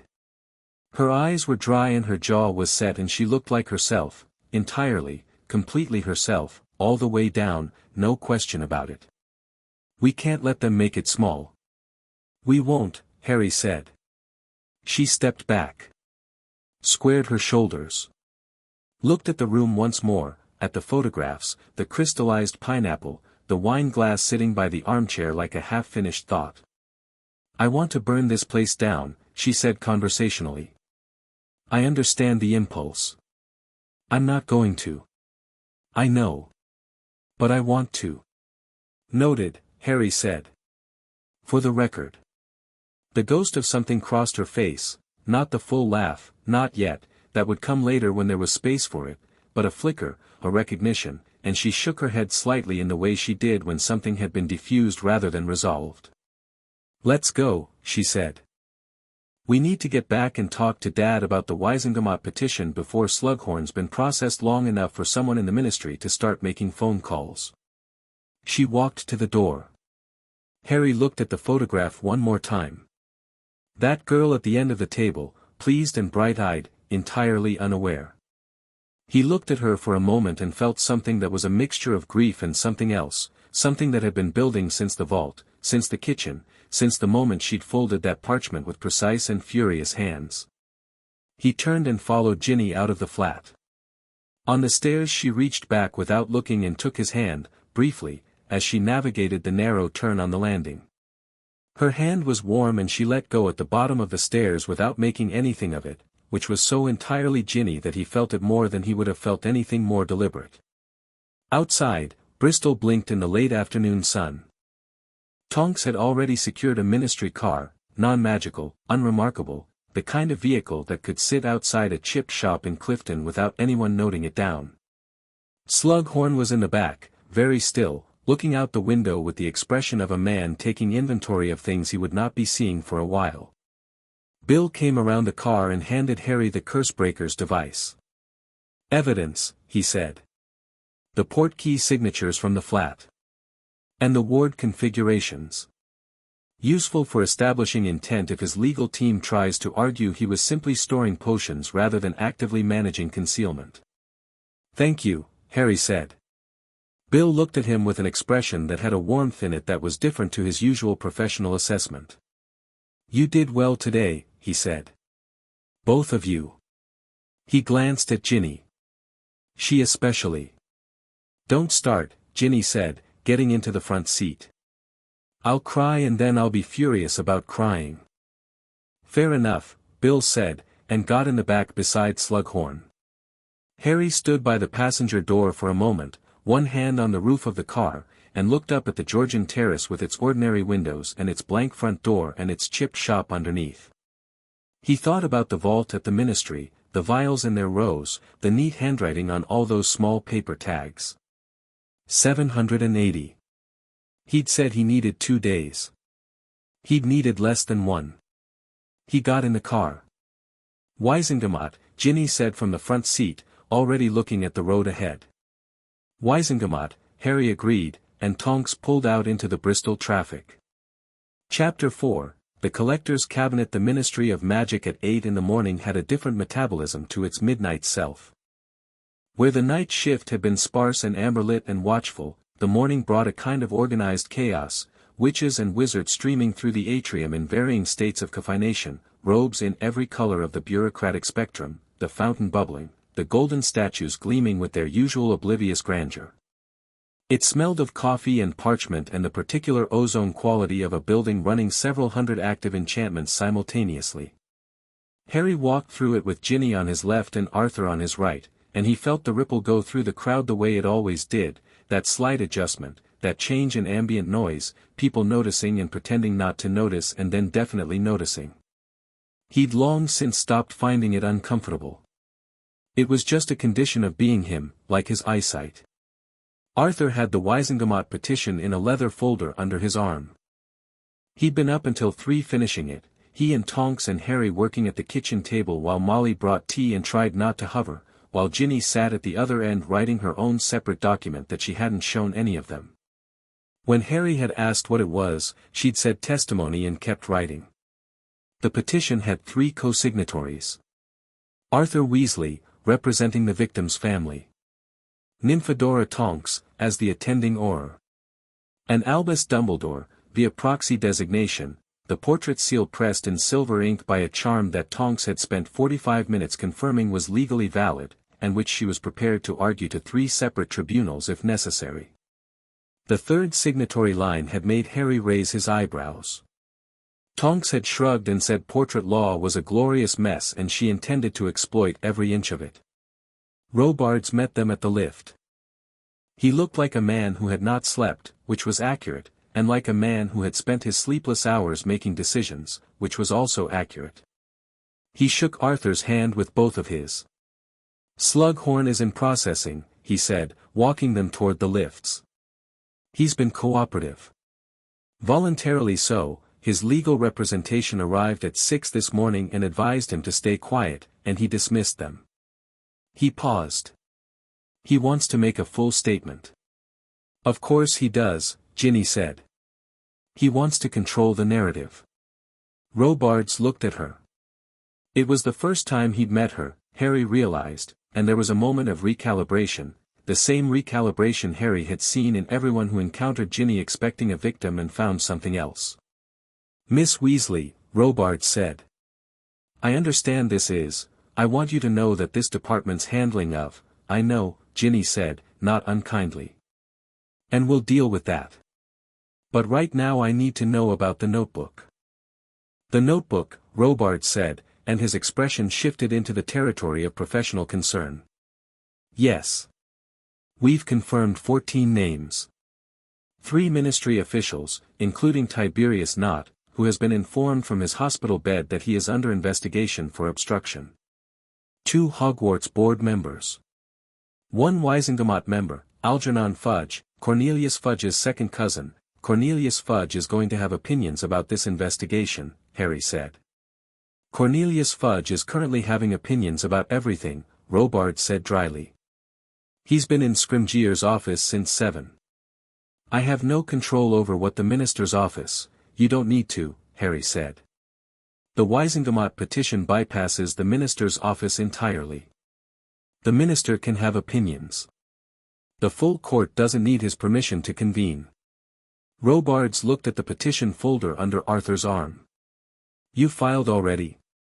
We're filing in, Arthur checked his watch. 22 minutes. The lift opened onto the 2nd floor. Robards held the door. There's something else, he said. The notebook, beyond the 14 names of people who received dosings. There's an additional section. Slughorn has been keeping records of something else. He paused, in the manner of a man selecting his words from a larger and more alarming supply. He has notes on the emotional effects he observed in the people he dosed. Long-term behavioral records. Who they married. Career decisions he attributed to the potions. Relationships formed under influence that, he stopped. He's been tracking it. For decades. The lift arrived at the second floor and nobody moved for a moment. He kept records, Arthur said. Meticulous records, Robards said. The man is, whatever else he is extraordinarily methodical. A pause.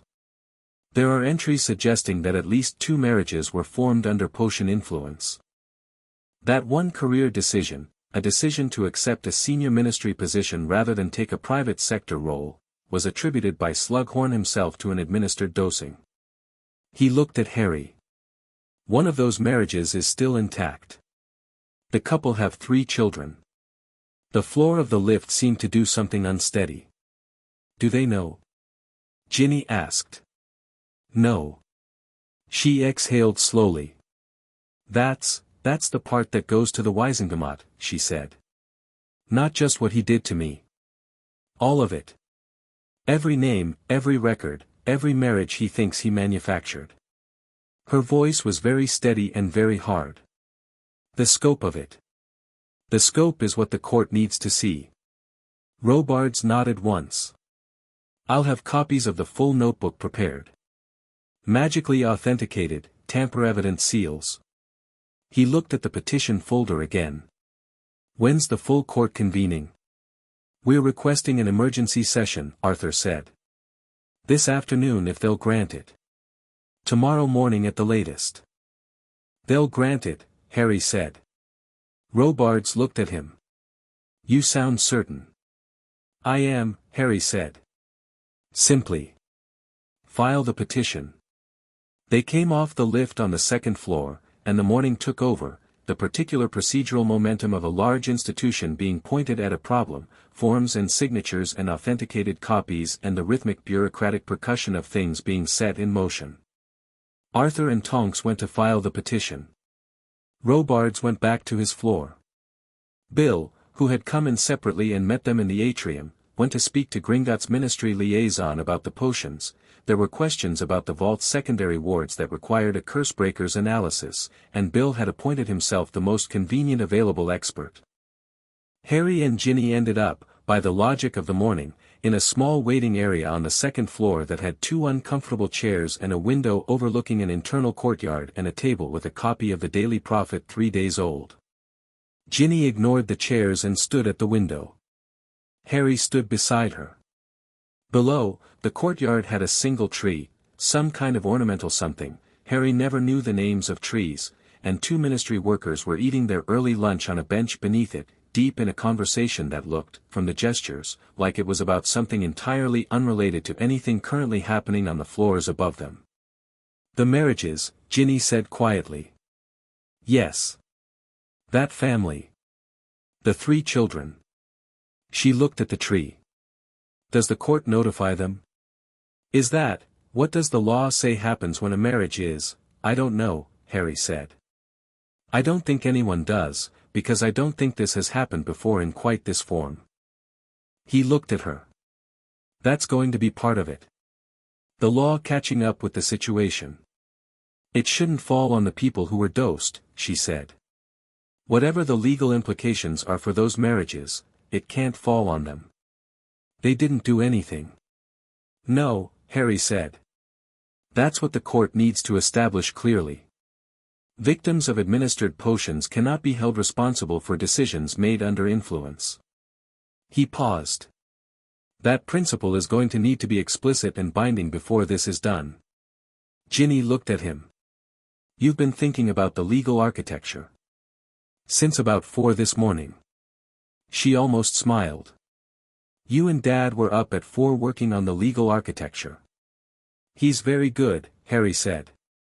He knows the statutes better than anyone I've met. He had 2 relevant precedents cited before I'd finished explaining what I needed. He spent 30 years working in magical law, Ginny said. Everyone thinks he's a bit soft because he likes muggles. They don't notice that he knows more than almost anyone in that building. Something crossed her face that was pride and grief at the same time, the specific mixture of a person whose parent has been underestimated for a long time. He's furious, you know. He's being very, very dad about it. Very controlled. But I know what he looks like when he's furious, and he's absolutely, I know, Harry said. He's been furious since the kitchen table. He's just very good at using it constructively. Unlike some people, Ginny said. I'm using mine constructively. You broke into an evidence vault in the middle of the night. That was constructive. It was also slightly insane. My Patronus did it, Harry said. I just followed. She turned from the window to look at him directly. The morning light from the courtyard was hitting her face at a straight angle, and she looked tired, genuinely tired, not the kind of tired that sleep fixed, but the kind that came from a long sustained effort to hold a difficult thing without being deformed by the holding. Why did it? She asked. Your Patronus. You never answered me properly last night. Harry looked at the courtyard. I have a theory, he said. Tell me. A Patronus is powered by a specific happy memory, he said. But it's connected to the person who casts it in a way that's not just memory. It reflects them. Their emotional state, what they care about most, at the deepest level. That's why they're individual. That's why mine is a stag and Tonks was something that kept changing. They're not just a product of memory. They're a product of attachment. Ginny was very still. And your theory, she said, is that your Patronus went to that vault because something you're attached to, someone, was connected to what was in it. Yes, Harry said.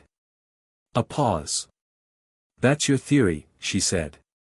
Yes. It's a very straightforward theory for someone who spent the first 5 years I knew him pretending not to notice that I existed. Harry looked at her. She was looking back at him with those clear brown eyes that didn't miss anything and had never missed anything, and he felt the particular quality of the moment, all the things that had been accruing since the vault, since the kitchen, since Bristol, since the photograph on the wall, reaching a point where they could either be addressed or deferred, and deferring them had a cost he was no longer inclined to pay. I noticed, he said. I didn't trust myself. I didn't know what was real. He stopped. Which is an irony. Something moved across her face. An irony, she said. Given the circumstances. Merlin, Harry. She said it softly, not with exasperation but with something more complicated, something that was tender and slightly broken and trying not to be either. You think I don't know the difference? Between what was his and what was mine? I think you're in the middle of figuring that out, Harry said. I think it would be insane to ask you to trust your feelings right now, while you're in the middle of figuring out what was manufactured and what wasn't.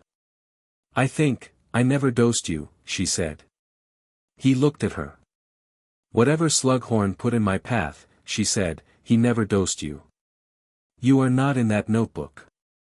You were never a Slug Club dinner guest, you were never at any of those gatherings, and whatever you feel is entirely your own. She held his gaze. So don't tell me you don't trust yourself. Trust yourself. Harry was quiet for a moment. The first time I thought about you as you, he said, was watching you fly in the Quidditch tryouts. 4th year. You got on that broom and you flew like you were angry at the sky, and I thought, he stopped. What? She said. I thought, there she is. Ginny looked at him for a long moment. Okay, she said quietly. Okay, he agreed. Neither of them moved toward the other, because they were in a waiting room in the Ministry of Magic and Arthur Weasley could come around the corner at any moment and the timing was, objectively, insane. But something had been said and was now simply real, sitting in the room between them like a piece of furniture they'd agreed to acknowledge, and that felt, improbably, like enough for now. Ginny turned back to the window. After a moment, Harry turned back too. Below, the 2 ministry workers had finished their early lunch and the courtyard was empty, just the tree and the bench and the morning light. Tell me about the other names in the notebook, she said. The ones who aren't ministry. The 2 board members. Back to work. He felt the shift happen and followed it, because it was the right thing to follow. Griselda Marchbanks and Titus Warrington, Harry said. Marchbanks was the name that had landed hardest when Robards read the list, the ancient, formidable head of the Wizarding Examinations Authority, the woman who had examined Dumbledore himself. Both received minor dosings, social occasions in the early 80s. Marchbanks' entry is dated 1981, a dinner to welcome Slughorn back after his sabbatical. Warrington's is 1979. Does the notebook say what he was trying to achieve with them? Marchbanks, he notes that she'd been critical of his Newt's curriculum. After the dinner, she changed her assessment. Harry's voice stayed level with some effort. Warrington, he sat on a board inquiry into Slughorn's conduct with a student in 1978. The inquiry was closed without action. Ginny was very still. A student in 1978, she said. This has happened before. I don't know the details, Harry said. The notebook doesn't give them. Just board inquiry, resolved. Whatever happened in 1978, Slughorn managed it. We need that, she said. Whatever happened in 1978, we need it for the Wizengamot. Because it establishes a pattern. It establishes that this wasn't a single aberration, it was a methodology. He's been doing some version of this for decades. I know. Harry ran a hand through his hair. Robards has people looking into it. Ministry records from the late 70s. It won't be in ministry records, Ginny said. If he managed it, it was managed away from official records. It'll be in personal archives. Hogwarts staff records, Dumbledore would have, she stopped. Dumbledore was headmaster. A board inquiry into a staff member's conduct with a student. Dumbledore would have had documentation. The portrait, Harry said. The portrait, she agreed. We need to go back to Hogwarts.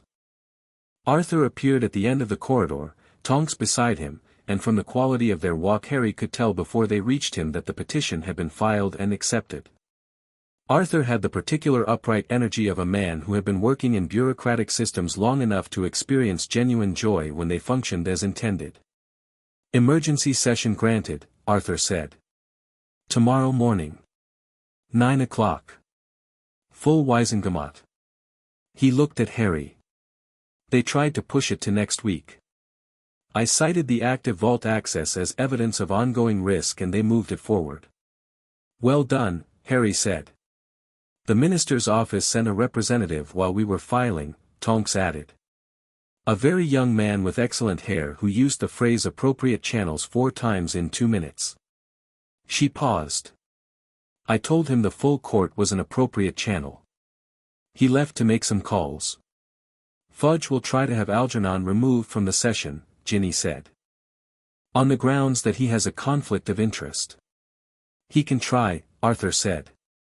The presiding Wizengamot member will determine whether Augusta Longbottom is presiding, Tonks said. The assignment was random.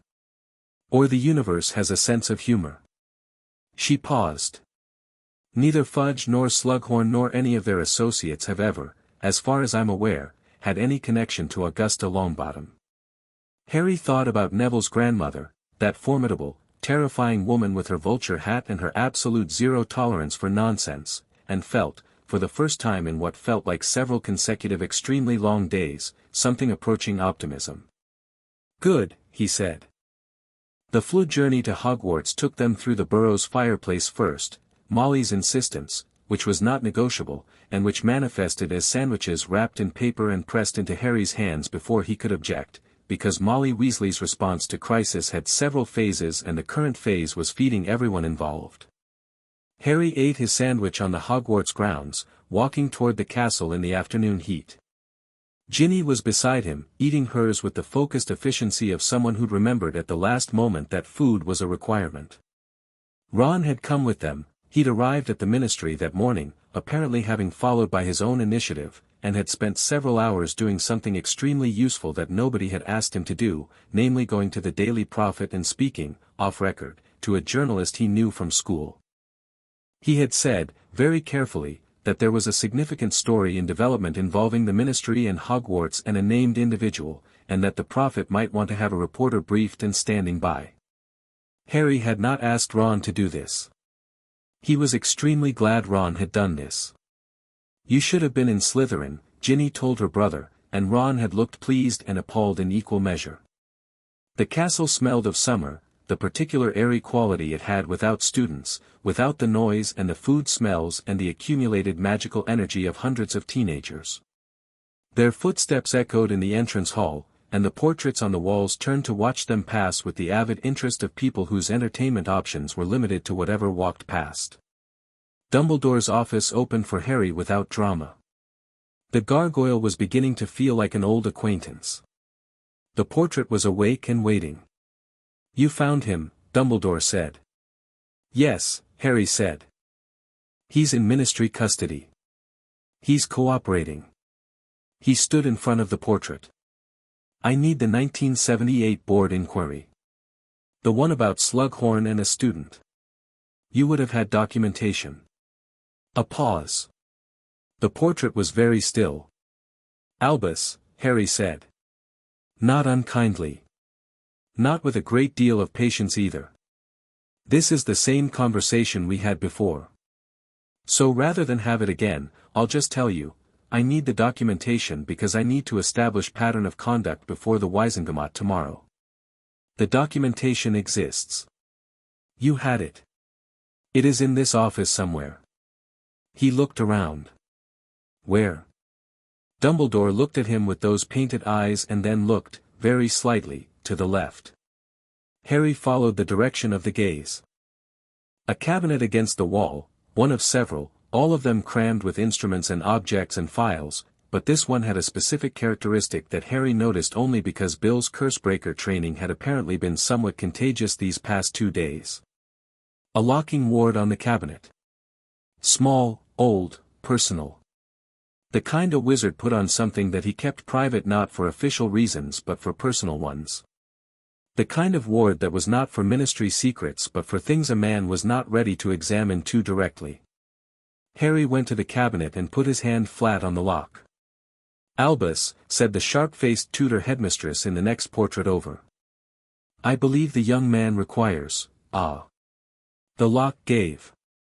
Not with a spell, just with the pressure of his hand and the specific quality of his intent. The cabinet opened. The documentation was in a folder bound with faded green ribbon, near the back, behind several other folders that Harry moved carefully aside. He drew it out and opened it on the desk. The first page was a formal record of the inquiry, convened October 1978, Board of Governors, Re. Professor H.E.F. Slughorn, allegation of improper conduct with student, name redacted, minor. The allegation was listed as emotional manipulation, specifically, a student who had reported that Professor Slughorn had given them a substance that caused them to feel abnormal attachment, and who had sought assistance from Madame Pomfrey when the attachment became distressing. The second page was the outcome. Inquiry closed. Insufficient evidence. Board member T. Warrington recused himself on grounds of prior connection to the subject of inquiry, and then, in a note appended in Dumbledore's own handwriting, smaller and more cramped than his usual script, T. Warrington recusal accepted. Inquiry closed November 14, 1978. Recommend monitoring. No further action at this time. Harry read the note twice. No further action at this time. He thought about all the time contained in that phrase. The 15 years between 1978 and 1993, between that unnamed student and Ginny in a hospital wing. The no further action that had become no action, that had allowed Slughorn to continue, to refine, to find a more sophisticated methodology. He closed the folder and tied the ribbon. He looked at the portrait. You recommended monitoring, he said. Yes, Dumbledore said quietly. And then you monitored, Harry said. For 15 years. And watched him continue. And brought him back to teach at your school last year. Harry, I'm not asking for an explanation, Harry said. He tucked the folder under his arm. I'm asking you to testify tomorrow. The portrait can designate a proxy, Tonks has confirmed the legal basis. I want you to have a representative in that court who can speak to this document and to your knowledge of Slughorn's conduct. Who would you suggest as proxy? Dumbledore asked. Harry looked at the portrait. Minerva, he said. She's here for the summer. She was a student under Slughorn. She was a teacher under you. She knows everything about this school and she has never, not once, in my entire experience of her, shied away from a difficult truth. Dumbledore was quiet for a long moment. Yes, he said. She would be, yes. Will you ask her? I'll ask her now, Harry said. McGonagall was in her office, which was not Dumbledore's office but rather a much more practical room on the third floor, currently covered in timetables for the coming year. She was in the middle of what appeared to be a complex argument with herself about whether Transfiguration needed a double period on Tuesday, and she looked up when Harry knocked with the expression of someone grateful for an interruption. He explained. Clearly, completely, without softening anything. When he finished, McGonagall was quiet for approximately 4 seconds, which was about what Harry had come to understand was her processing time for large pieces of information. 1978, she said. Yes. I was still teaching here. She said it quietly, and something crossed her face that was not quite guilt, more the expression of someone recalibrating a long-held understanding of events. There were rumors. There were always rumors with Horace. I was never able to, the student didn't come forward officially, you understand. They retracted the complaint. Because Warrington closed the inquiry, Harry said. Probably because Slughorn asked him to. Probably because whatever he'd dosed Warrington with in 1979 was paying dividends. McGonagall's expression went somewhere cold and precise. I will be in that court tomorrow, she said. If Alba's portrait wishes me to act as proxy, I accept. And I will be speaking not only to this document. She paused.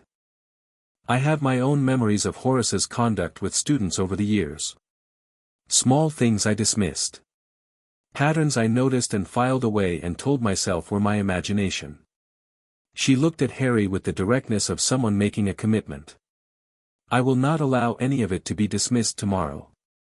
Thank you, Harry said.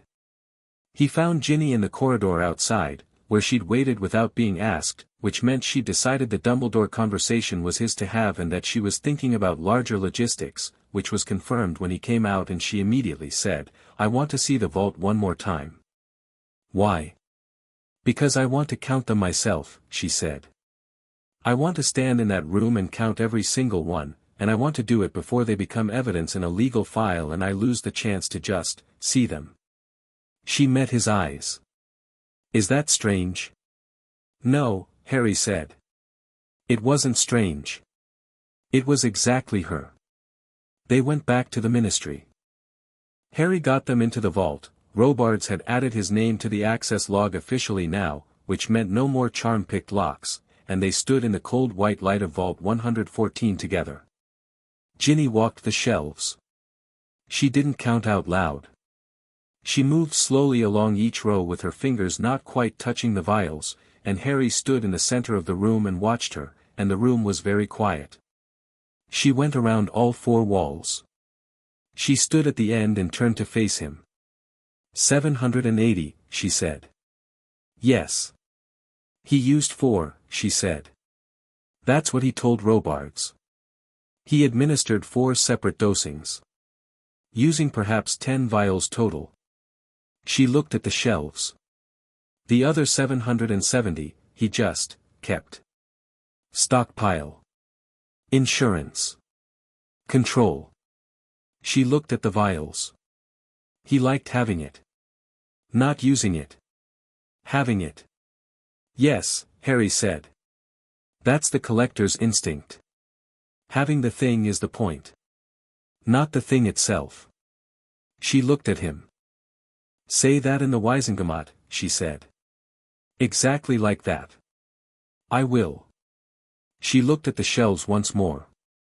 She took one vial, just one, from the nearest shelf, the same one Harry had first picked up, deep garnet-colored, paper tag with its neat handwriting, and turned it in her fingers. "This is the one you first read," she said. It wasn't a question. "Yes." She looked at it. Then she put it back, very precisely, in the exact space she'd taken it from. Closed her hand, opened it, stepped back. "Okay," she said. "I've seen them." "Ready to leave?" Harry asked. "I was ready to leave this vault the moment I was 12 years old and someone decided it was appropriate to put part of me in it," she said. "Yes. I'm ready." They walked out of Vault 114 together and Harry sealed the door behind them, and the corridor was cool and stone and very quiet, and Ginny's shoulder was warm against his arm as they walked toward the lift, and the lift hummed upward, carrying them back toward the light. Tomorrow, 9 o'clock, full Weisengamot. Harry had a speech to write. He thought about Slughorn's office in Bristol, the crystallized pineapple and the wine glass and the photograph. He thought about neat handwriting on small paper tags. He thought about a 10-year-old girl in a hospital wing and a man looking at her and thinking, remarkable. Collectible. Mine. He thought about Ginny in that vault, counting.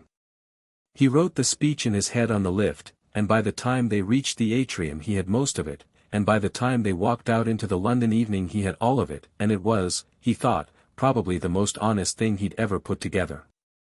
Not because it was clever. Because it was simple. Because the truth of it was so plain and so large that no amount of legal complexity or institutional caution could make it anything other than what it was. A man had taken a child's blood and built a cage from it. And the cage had been sitting in a ministry vault for 3 years, classified level 5, while the girl grew up not knowing she'd ever been inside one. That was what he was going to say. He was going to say it in front of every Weisengamot member, every ministry official, every person in that court with warm feelings for Horace Slughorn that may or may not have been their own. And then the full court was going to decide what to do with the truth. He suspected Augusta Longbottom would help them along. Chapter 5, The Weisengamot Doesn't Sleep. The full Weisengamot sat in courtroom 10. Harry had been in this room before, at his own hearing, 15 years old, wandering into the wrong courtroom and finding himself in the place where serious things were decided. He remembered the stone walls, the high wooden benches arranged in a horseshoe, the chair in the center with the chains that had writhed toward his wrists. The chains were retracted now, the chair empty, but the room had the same quality it had always had, old authority, settled deep into the stone, the weight of centuries of decisions made in this space pressing down from the ceiling. The benches were nearly full by 10 minutes to 9. 53 Weisengamot members in their plum-colored robes, talking in low voices or reading their briefing parchments or doing what people did when they were in a room where they didn't know exactly what was coming and were trying to look like they did. Harry had arrived early enough to watch them file in, and he'd catalogued faces the way Tonks had taught him during the drive from Bristol, not looking for anything specific, just reading the room. Several of them had the expression of people who had received a late-night owl and had not slept well. 3 of them, he noticed, were making a studied effort not to look at each other across the semicircle of benches, which was its own kind of information. Algernon Fudge was present.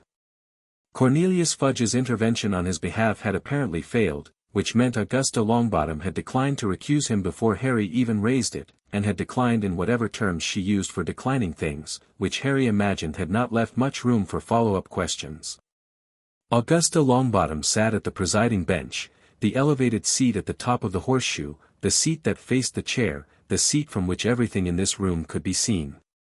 She was in Weisengamot robes but still wearing the hat, the famous hat with the stuffed vulture, which Harry had come to understand was not eccentricity but statement. The hat said, "I have been here longer than you, I will be here after you, and I have not the slightest interest in your opinion of my accessories." She had a sheaf of parchment in front of her and reading glasses perched on her nose, and she was reading with the complete absorption of a woman who had never in her life done anything at less than full capacity. She looked up when Harry entered. She looked at him for a moment, then at Ginny beside him, then back at her parchment. It wasn't dismissal. It was the acknowledgement of someone who had noted what she needed to note and was proceeding accordingly. The family section of the gallery, the Weisengamot had a public gallery, narrow and steep-sided, accessed by a separate entrance, held Arthur and Molly, Bill and Fleur, Fred and George in matching dark jackets that were the most formally dressed Harry had ever seen them. Ron was beside Fred, sitting with his arms on his knees and the focused expression of someone who had decided that today was a day for stillness. Hermione was there too. She'd arrived at the Burrow the previous evening by port key from her parents' house in a state of intense, organized fury that had been extremely useful for the last-minute preparation work and extremely energizing for everyone in the room. She'd been given the briefing documents and had spent 4 hours with them and had come back with 17 annotated observations, 3 of which Harry had immediately incorporated into his planned remarks. She'd also, at some point during the night, produced a comprehensive summary of a more vinculum precedents in magical law going back to 1847, which Tonks had taken away and read twice and declared legally devastating. McGonagall was in the front row of the gallery, in her teaching robes rather than Wizengamot visitor dress, upright and still in the way of a person who had arrived prepared. Tonks was in her Auror dress uniform beside Robards, both of them at the long table to the left of the central chair that was designated for ministry representatives. Robards had circles under his eyes and the expression of a man who had made several decisions overnight that he was committed to and was not going to discuss the emotional cost of. The decision Harry cared most about, the one Robards had confirmed at 7 this morning in a 3-line note sent to the Burrow, was that Robards had personally escorted Tiberius Nott's signed statement from St. Mungo's at 6:30, and that the statement confirmed receipt of a direct request from Horace Slughorn to classify Vault 114 without inspection. Nott had signed it in his hospital bed with a hand that shook, and Robards had written in his covering note that Nott had cried, which Harry found he could not work out how to feel about. Harry and Ginny sat at the table to the right of the central chair, the petitioner's table. The folder with Dumbledore's 1978 documentation was open in front of Harry. Ginny's testimony was in front of her, face down. She'd printed it in a clear, even hand over several pages, and she'd let him read it that morning at breakfast, and he hadn't said anything when he finished because there wasn't anything to say that was adequate, so he'd handed it back and she'd nodded and drunk her tea. At 9:01, the door at the back of the courtroom opened and Horace Slughorn was brought in.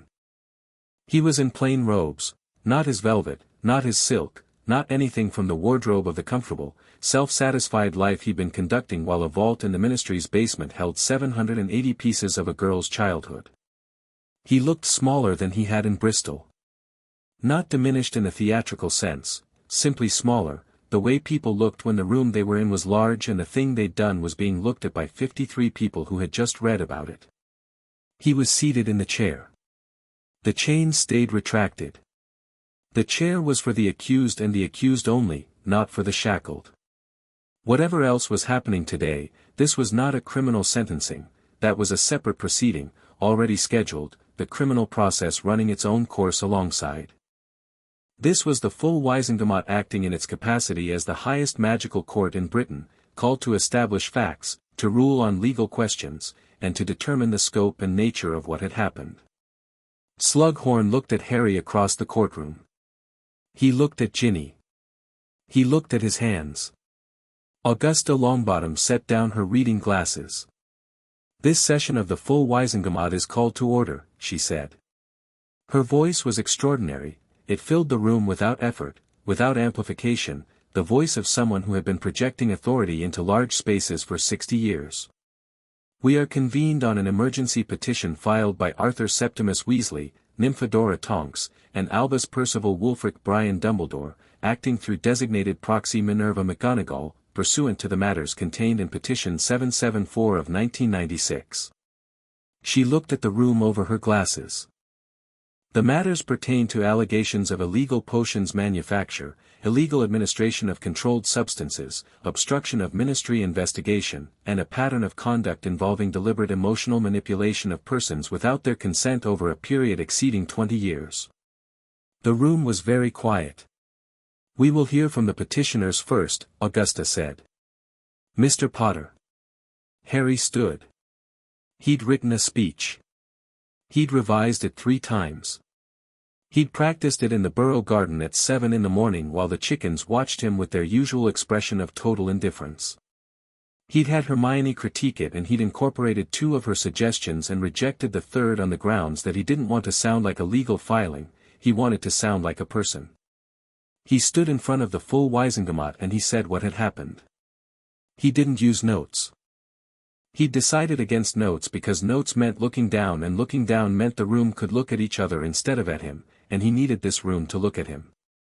He started with the vault. The way it had felt to stand in that corridor and follow a silver stag through a ministry he'd come to distrust on instinct. The way the door had opened. The shelves in their rows, the vials with their garnet liquid, the paper tags. He described the handwriting on the tags with the same level of specificity he'd give to describing a dark curse, because it was, he said, a form of dark craft, and precision in describing dark craft was a duty, not an affectation.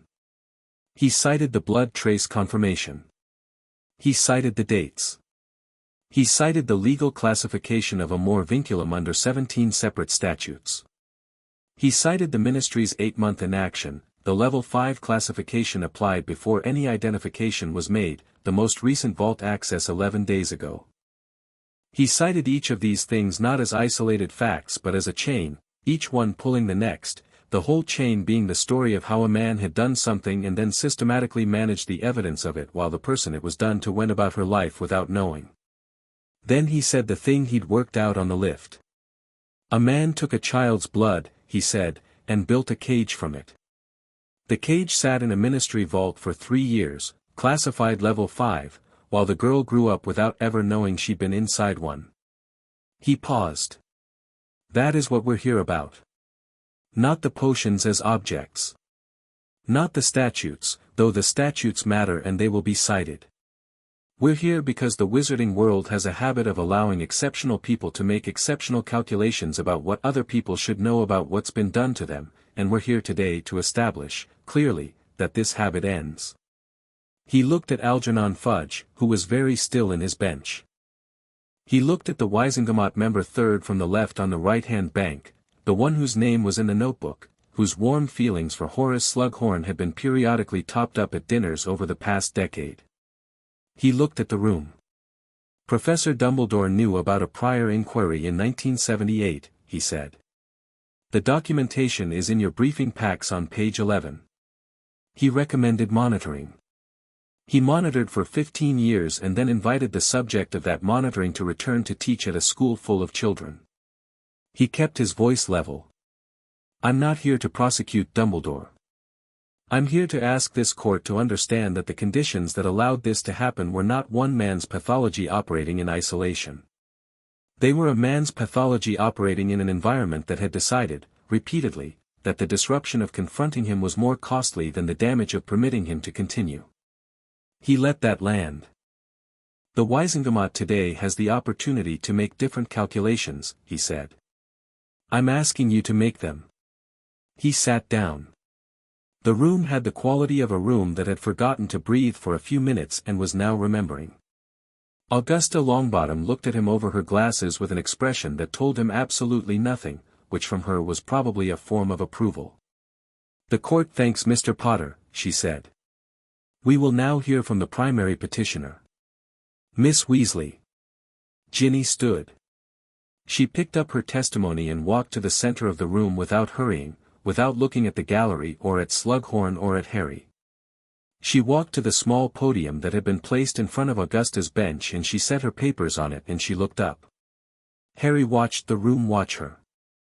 He watched 53 Wisengamot members and a full gallery see Ginny Weasley for the first time in this context, not the youngest Weasley, not Ron's little sister, not the girl who'd been possessed by Voldemort at 11, but a 16-year-old person who had something to say and had come here to say it, and who was going to do it on her own terms. She read from her testimony for the first 4 minutes. She'd written it in a precise, documentary style, dates, incidents, observations, and she read it with the same precision, neither flat nor performed, just clear. She described the Slug Club dinner in 2nd year. She described the letter he'd sent at the end of 3rd year. She described the specific texture of the emotions she was now examining in retrospect, the way they'd felt seamless at the time, the way seamlessness itself was the tell, because real feelings had friction. Then she set the papers down and spoke without them. "I've been going through my memories for 3 days," she said. "Trying to find the seams. Trying to work out which things were mine." She looked at the court. "And here's what I've found. The feelings he targeted, the ones that feel wrong in retrospect, the ones that have the smoothness of something manufactured, they're all about direction. Who I was drawn toward, who I trusted, what I thought I wanted." She paused. "The feelings that feel real, the ones with friction, with contradiction, with the specific awkwardness of something that grew from genuine experience, those are the ones I know are mine." She looked at Slughorn. Harry watched Slughorn look back. The man's face was doing something genuine, something that had none of the performance of his earlier contrition in Bristol. This was the face of a man being seen clearly for the first time in a very long time and finding the experience extremely uncomfortable. "You believed you were collecting," Ginny said. Not to the court. To him. "You believed that your interest in remarkable people entitled you to some form of possession. Of their attachment. Of their regard." She tilted her head slightly. "You collected memories and photographs and relationships and favors, and you looked at me in that hospital wing when I was 12 years old and I'd nearly died, and you thought, remarkable. And then you thought, mine." The room was absolutely silent. "I need the court to understand something," Ginny said, turning back to face Augusta Longbottom. "The harm in this is not only in what was done. The harm is in the conditions that made it possible, a system in which one man's institutional standing was calculated to be worth more than one child's autonomy. In which monitoring was preferred to action. In which an inquiry was closed because the person asked to close it had been made to feel, through means we now understand, that the man being inquired about was worth protecting." She paused. "I'm asking this court to establish, in its ruling, that those calculations were wrong. Not just legally. Morally. I'm asking for a ruling that establishes that any person's right to their own emotional experience is non-negotiable, and that any interference with that right, however gentle, however well rationalized, is a crime and will be treated as such." She picked up her papers. "I'm 16 years old," she said. "I survived Tom Riddle's diary. I survived this. I'm going to be fine." She looked at the court one more time, slowly, taking in the full horseshoe. "But I am furious. And I intend to stay furious until the law reflects the fact that what was done to me should never have been possible. Thank you." She walked back to the table and sat down. Harry did not say anything. He simply met her eyes when she looked at him, and she gave one small nod, and that was sufficient. For a moment the courtroom remained completely still. Then the noise broke. Not chaos but the particular sound of 53 people all starting to move and murmur at once, the sound of a room recalibrating. Harry saw 2 members on the left bank leaning toward each other with expressions he couldn't read. He saw Algernon Fudge staring at the floor. He saw the third from left member, the one from the notebook, pressing his fingers together with the intensity of a man working very hard to keep his face arranged correctly. Augusta Longbottom let the noise run for approximately 15 seconds, then brought her gavel down once, with a precision that suggested the gavel had learned not to require a second strike. "We will hear from the Orr department," she said. "Orr Tonks." Tonks stood and delivered her evidence with the crisp efficiency of someone who had been preparing it since Bristol and who had slept approximately 3 hours in the interim and was running entirely on professional obligation and cold coffee. She submitted the vault records, the blood trace report, the notebook, the vault access log, and Tiberius Knott's signed statement. She cited 12 separate statutory violations. She submitted Bill's analysis of the port key and ward configurations at the Bristol flat as evidence of active concealment. She submitted the 1978 inquiry documentation as evidence of pattern. She sat down. Robard stood and gave a 2-sentence statement confirming that the ministry's inaction was attributable to the Level 5 classification and that a full internal inquiry into classification practices was already underway. He sat down. Brevity as its own kind of statement. Then Augusta Longbottom said, "Professor McGonagall, and Minerva stood in the gallery. She spoke for 8 minutes. She described Slughorn's teaching methodology as she'd observed it over 30 years, the Slug Club, the favored students, the careful cultivation of attachment. She described specific instances she'd noted and filed and dismissed. She described the quality of his interest in students as something that had always sat slightly wrong with her, that she had always been unable to fully articulate, that she was now able to name precisely. She ended with the 1978 inquiry. She said she'd been aware of the rumors at the time. She said she had not investigated them. She said she had told herself it was not her business, that the board was handling it, that the student had retracted their complaint. "I have taught at this school for a very long time," she said. "I have seen a great many things. I am standing here today to say that staying in one's lane, when one's lane runs alongside something harmful, is not caution. It is complicity."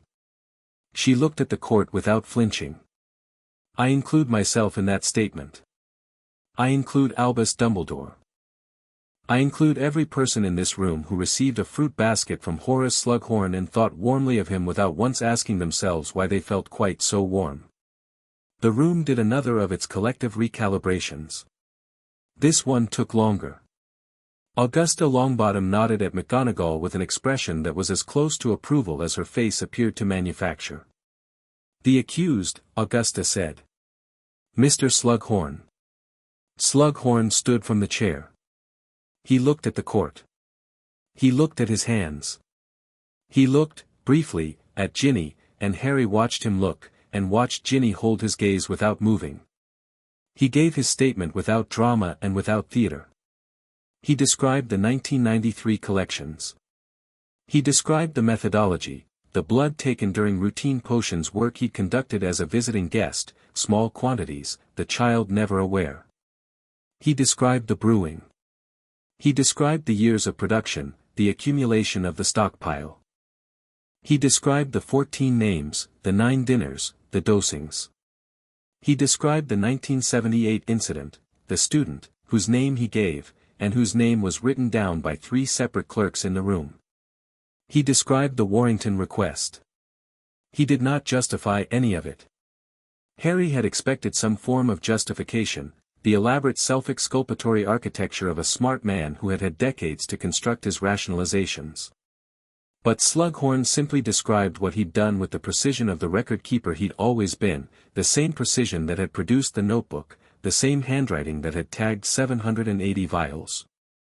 When he finished, he sat back down. The room was quiet for a different reason than before. Not the silence of people processing. The silence of people who had been given what they came for and were now looking at it. Augusta Longbottom took off her reading glasses and set them on her parchment. She looked at the courtroom with the specific quality of a woman who has been doing this for 60 years and has arrived, again, at the moment where something important is decided. "The full Wisengamot will deliberate," she said. "We will recess for 2 hours. We will reconvene at noon." The gavel came down. The 2 hours were very long. Harry sat in the corridor outside the courtroom with Ginny on his left and Ron on his right and Hermione across from him, and the corridor was stone and slightly cold and smelled of old wood and that specific ministry smell of parchment and ambient magic, and nobody said very much. Fred appeared at some point with 4 cups of coffee from somewhere unspecified and handed them around without comment. George appeared behind him and sat on the floor against the wall and closed his eyes, which meant he was thinking and not sleeping, a Weasley twin characteristic Harry had learned to read. Arthur and Molly were down the corridor, talking in low voices. Arthur's hand was on Molly's shoulder and Molly was leaning into him with her eyes closed and the expression of someone who had been holding herself upright for 3 days and was allowing herself, briefly, to not. McGonagall sat apart from everyone, in a chair by the window with her hands folded in her lap, looking at the courtyard below with the expression of someone doing interior accounting. Harry thought about going to her and decided against it. Some accounting needed to be done privately. Tonks was on the phone, the magical communication equivalent, in an alcove at the end of the corridor, conducting what sounded like a very precise and slightly combative conversation with someone in the minister's office who was attempting to understand the implications of the proceedings for Cornelius Fudge's cousin and was not getting satisfying answers. His cousin's situation, Tonks was saying, with the measured patience of someone repeating themselves for the third time, is between his cousin, his legal representative, and this court. The minister's office is not a party to these proceedings.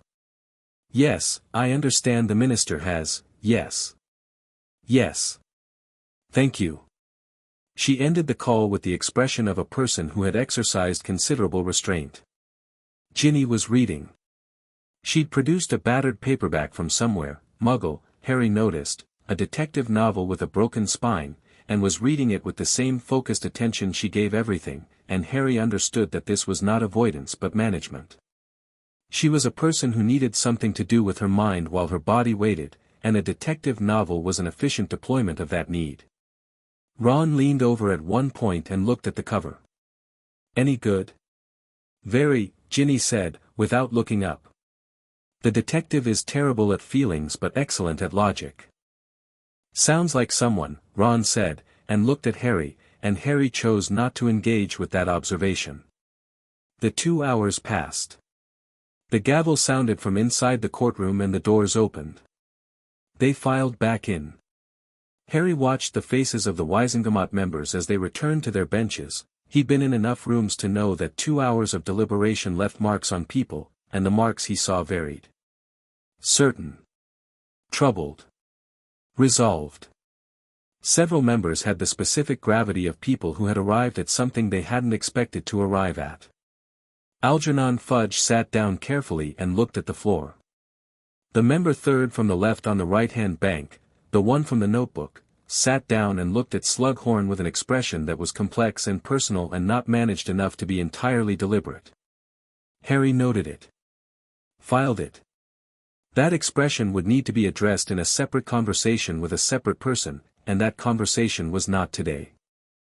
Augusta Longbottom took her seat. She picked up her parchment, looked at it once, set it down. The full Wisengamot has deliberated, she said. On the matter of Horace Eugene Fleetwood Slughorn, we find as follows. She read for 6 minutes. The findings covered 7 separate counts. Illegal manufacture of a controlled substance, guilty. Illegal collection of biological material from a minor without consent, guilty. Illegal administration of a controlled substance to persons without their knowledge or consent across 9 confirmed instances, guilty. Obstruction of ministry investigation via third-party proxy, guilty. Pattern of conduct constituting systematic emotional manipulation across a period exceeding 20 years, guilty. Conduct with a minor in 1978, insufficient evidence for a finding of guilt, but a formal notation of substantiated concern entered into the permanent record.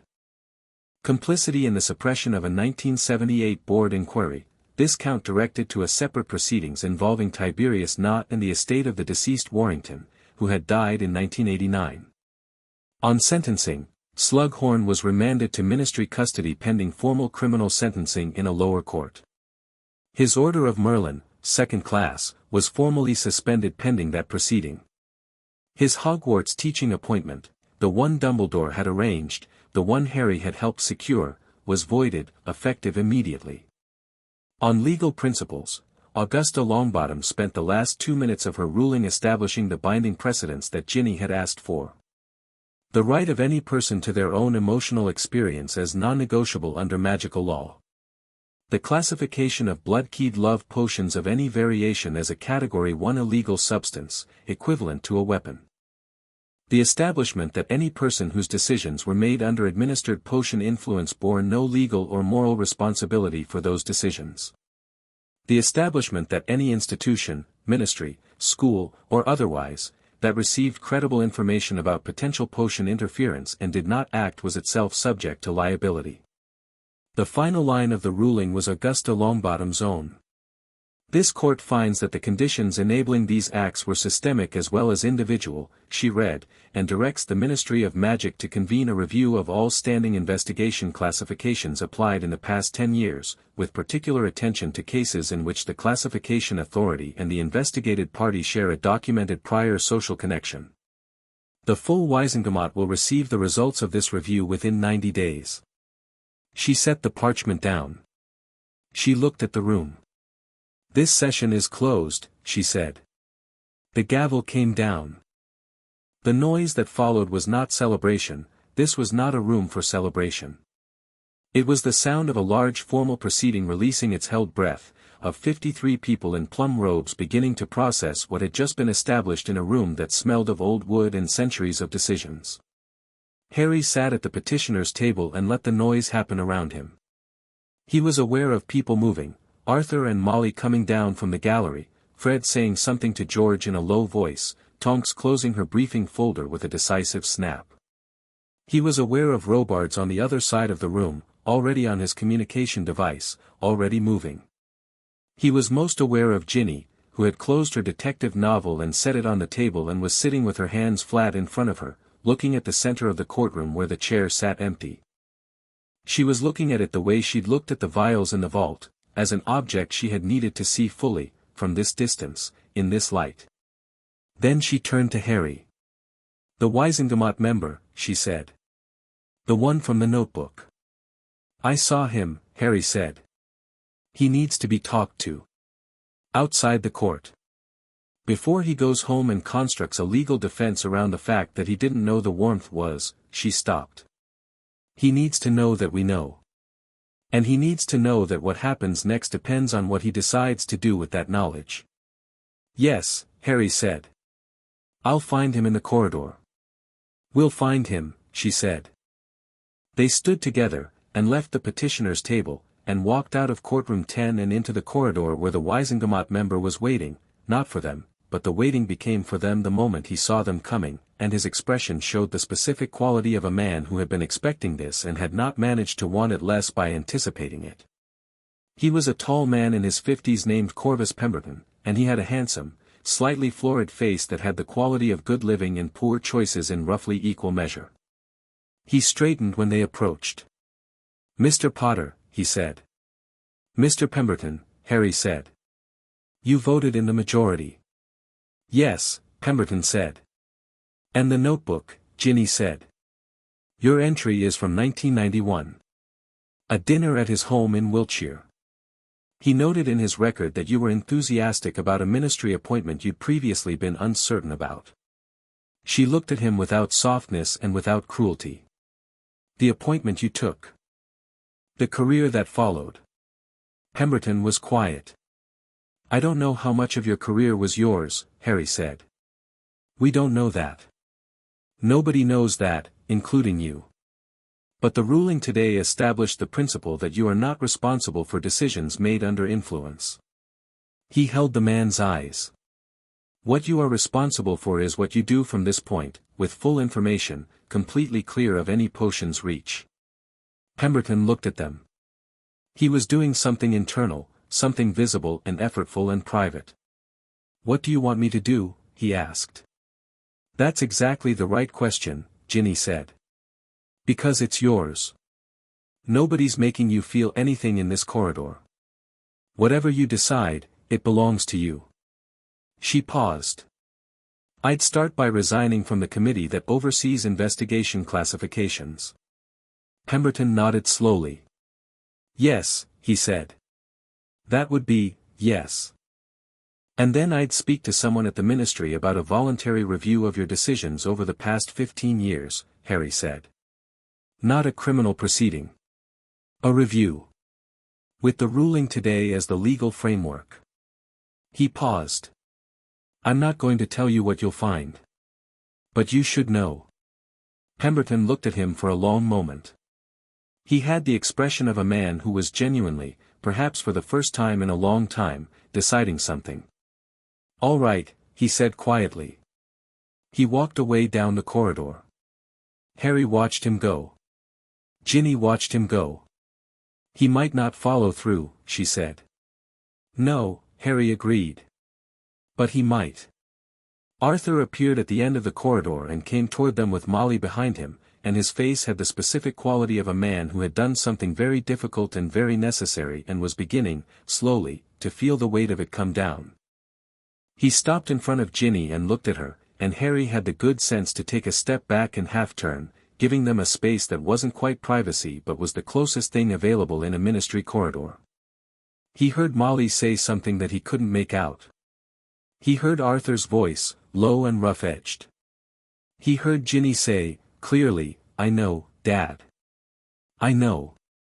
He looked at the courtroom door, still slightly ajar. Through the gap he could see Slughorn being escorted out by 2 ministry officials, not through the main door but through the side, the route that went to holding, to processing, to the long procedural sequence that would eventually arrive at a criminal sentencing in a lower court. Slughorn was walking without resistance, without theater, with the specific gravity of a man who had arrived at something he'd been walking toward for a long time and had finally, exhaustedly, stopped walking away from. Harry watched the door close. He thought about the vials. 780, sitting in their rows in Vault 114. Evidence now, formally and finally. They would be catalogued and destroyed in the course of the proceedings, each one logged and eliminated, and some future day Ginny would be able to be told that the last one was gone, and that would be a thing that mattered even if it didn't fix everything. Hermione appeared beside him. She'd been in the gallery and had come down and she stood beside him with her arms crossed and her expression doing several things at once, and Harry turned to look at her. "You were right," she said. "About which part?" "All of it," she said. "The Wisingamat, the approach, bringing Ginny into every room, not letting the ministry manage it quietly." She looked at him with something that was equal parts affection and assessment, the standard Hermione expression. "You were very good in there." "Ginny was extraordinary," Harry said. "Yes," Hermione agreed. "She was." She was quiet for a moment. "Are you all right?" Harry considered the question. He considered the past 4 days, the vault, the kitchen, Bristol, the portrait, the courtroom.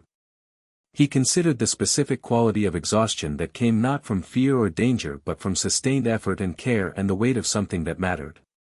"Ask me tomorrow," he said. "Right now I'm still running." She nodded. That was sufficient for Hermione. Fred and George materialized on either side of him with the coordinated suddenness of people who had been waiting for the right moment and had decided this was it. "That thing you said," Fred said. "About the cage. Built from blood," George said. "We want that on a plaque," Fred said. "In the ministry entrance hall. Somewhere very prominent," George said. "We're not putting," Harry started. "We're petitioning," Fred said serenely. "Entirely legitimate use of the petitioning process." He looked at his brother. "We might donate the plaque ourselves, actually." "It would be our pleasure," George agreed. Harry looked at them both, these two people who had spent the past 4 days being exactly what their family needed them to be, funny and sharp and always doing the specific useful thing before anyone asked, and felt something warm and genuine and slightly overwhelming. "Thank you," he said. "Both of you." They looked at him with identical expressions of mild alarm. "Right," Fred said. "He's gone soft." "Completely," George agreed. "We'll put it down to sleep deprivation." "Entirely," Harry said, and turned back to find Ginny standing at his shoulder, having extracted herself from her parents' embrace with the quiet efficiency of someone who knew how long those needed to last. Her eyes were slightly bright, not tearful, or not only tearful, but the brightness of someone who has been in a room where something right happened and has let themselves feel it. "The Prophet reporter," she said. "Ron talked to them. They're going to want a statement." "Tomorrow," Harry said. "Tomorrow," she agreed. "Tonight," he said, "we're going back to the burrow and everyone is eating dinner and nobody is talking about Slughorn or the ministry or potions or evidence vaults." Ginny looked at him. "Your mum has already started cooking," he said. "I could hear it in her voice when she got here. She's making the roast." Something shifted in Ginny's face. All the precision and the control and the hard-won composure of the past 4 days, still there, all of it, she hadn't lost any of it, but something else coming through alongside it. Something that was simply her, on a Tuesday evening, going home. Right, she said. The roast. And nobody talks about the case. Nobody talks about the case, she agreed. She looked around the corridor, at her family regrouping, at Tonks snapping her briefing folder shut with finality, at Robards heading back to his floor, at McGonagall walking past with a nod that contained several paragraphs of acknowledgement compressed into a single gesture. She looked at the courtroom door, closed now, the session behind it finished. Then she looked at Harry. Tomorrow, she said. We'll deal with tomorrow. Yes, Harry said. She turned toward her family, and he followed, and the corridor behind them was empty except for the echo of the gavel still settling into the stone. Chapter 6, What We Choose. 3 weeks after the Wisengamot session, the Daily Prophet ran a front-page story. Not the first one, the first had run 2 days after the session, filed by the journalist Ron had briefed, under a headline that was less measured than Harry would have chosen but accurate in every material particular. That story had broken something open in the wizarding world that Harry had anticipated in theory and found somewhat overwhelming in practice. The owls had started arriving before breakfast and hadn't stopped for a week. Letters from strangers, from ministry officials, from 3 separate members of the Hogwarts Board of Governors. Letters from people who had been at Slug Club dinners and were now reviewing their memories with the particular nauseated focus of someone checking their house for damp and finding it in unexpected places. 2 former students had come forward voluntarily, not publicly, not to the Prophet, but to the ministry review team that Robards had stood up within 48 hours of the ruling. A woman who had been in Slughorn's class in 1975 and who had, at the time, felt a sudden and inexplicable surge of loyalty toward him after a dinner in her 6th year that had affected a career recommendation. A man who had been dosed in 1988 and who had made a business decision shortly afterward that had significantly benefited a Slug Club acquaintance. Neither of them had known. Both of them had been sitting with a low-level sense of wrongness for years without having a language for it. The second week had been the harder one, in some respects. Slughorn's criminal sentencing was scheduled for September. His legal team, he had retained legal representation despite his initial dismissal of them, on the advice of the same self-preservation instinct that had apparently guided most of his decisions, had entered a guilty plea on 4 of the 7 counts and was contesting 3. Robards had told Harry, in a brief note, that the contesting was tactical rather than substantive, a negotiation about sentencing rather than a genuine argument about guilt. Harry had noted this and felt a distant, controlled irritation that he filed under "This is how the system works" and screaming at it doesn't help. The ministry's internal review of Level 5 classifications was proceeding. Tiberius Knott had been discharged from St. Mungo's and charged with obstruction. Cornelius Fudge had given a statement through his office expressing full confidence in the Wisengamot process, which was the statement of a man who had been advised by very good people that full confidence in the Wisengamot process was currently the only position with a survivable political geometry. Corvus Pemberton had resigned from the Investigation Classification Committee on the morning after the session. He had not made a statement about why. He didn't need to. The third week was when things settled enough to breathe. Harry was in the Burrows garden on a Thursday afternoon, doing nothing in particular, which was something he had not done with any genuine success for approximately 17 days and which he was now attempting as a deliberate practice. He was sitting in the grass with his back against the garden wall, jacket off, shoes off because the grass was warm and he'd made a unilateral decision to be a person who sat in warm grass occasionally, and he had a copy of a Muggle novel that Hermione had pressed on him that morning with the air of someone prescribing medicine. He'd read 4 pages. They were good pages. His brain kept drifting. He heard the back door open and the particular rhythm of feet that he'd learned to distinguish over the past weeks the way you learned music, Arthur's measured tread, Molly's quick purposeful step, Ron's slightly heavier shuffle, Fred and George's coordinated syncopation. These footsteps were Ginny's, lighter and more deliberate, the footsteps of someone who moved through space with the same quality she moved through everything, knowing where they were going. She came around the side of the house with 2 bottles of butterbeer, both slightly cold, and she looked at him sitting shoeless in the grass, and her expression made a small movement that was not quite a smile but lived in the same family. "Hermione's book," she said, looking at the cover. "She prescribed it. Is it working?" "I've read 4 pages, Harry said. "I keep thinking about the review team." "The review team will be fine without you thinking about it," Ginny said, sitting down in the grass beside him. She handed him a butterbeer. "Robards has it." "I know. And the sentencing is September." "I know. And there is genuinely nothing you need to do right now except read 4 more pages." Harry looked at her. She was sitting with her knees pulled up, bottle of butterbeer balanced on one kneecap, squinting slightly in the afternoon sun. Her hair was loose and there was a streak of something that might be broom polish on her left forearm, which meant she'd been flying this morning and had come down when it got too hot. "How are you doing?" he asked. Not the checking-in version, the reflexive one people deployed when what they meant was "are you about to fall apart," but the actual question, directed at an actual person. She considered it properly, which was one of the things about her that he'd come to value unreasonably highly. She didn't give quick answers to questions that didn't have them. "I'm doing well," she said finally. "Not fine, fine is the word you use when you don't want to be asked again." "I'm doing well. I went through everything, you know. All of it. Every memory I'd flagged on that list." She turned the butterbeer bottle in her hands. "Some of it was his. Not most of it. I think he was more restrained than we initially feared. The 4 documented dosings account for specific windows, and most of what I thought might be influenced I've been able to trace back to genuine feeling." She paused. "But some of it was his. A few moments that have a quality, a smoothness, that I can see now doesn't belong." "Which moments?"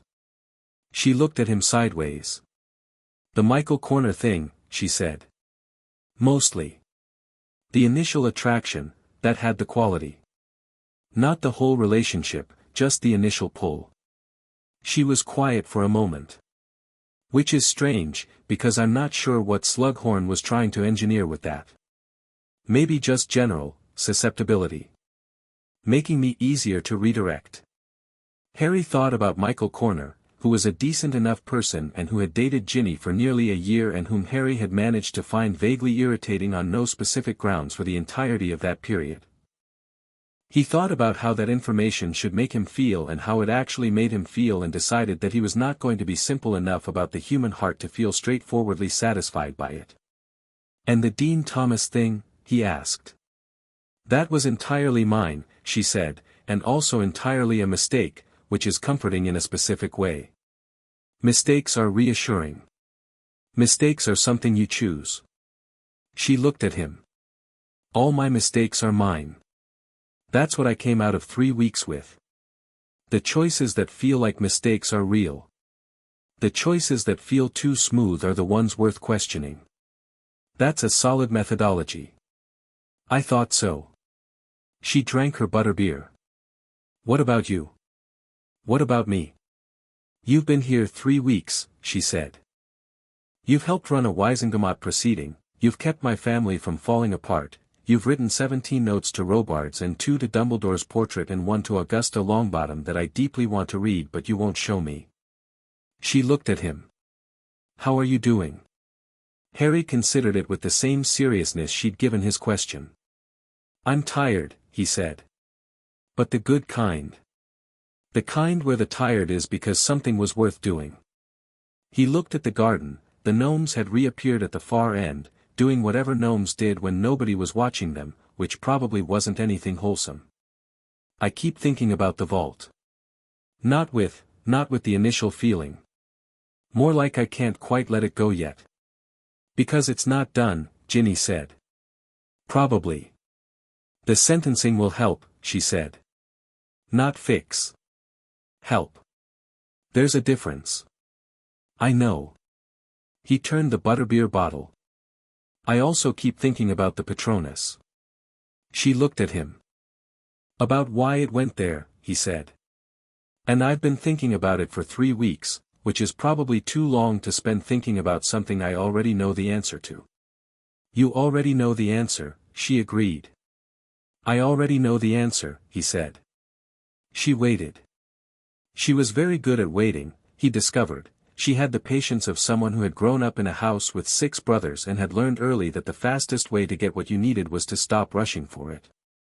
It was one of the more quietly infuriating things about her, and also one of the things he found most useful. It went there because you were the clearest thing in it, Harry said. My Patronus. The clearest, strongest thing, the thing it was built around, which means the thing I was built around, in whatever way feelings build things. He looked at the garden wall rather than at her, which was possibly cowardly but was at least honest. It went to what had been done to you because you are, because he stopped. Started again.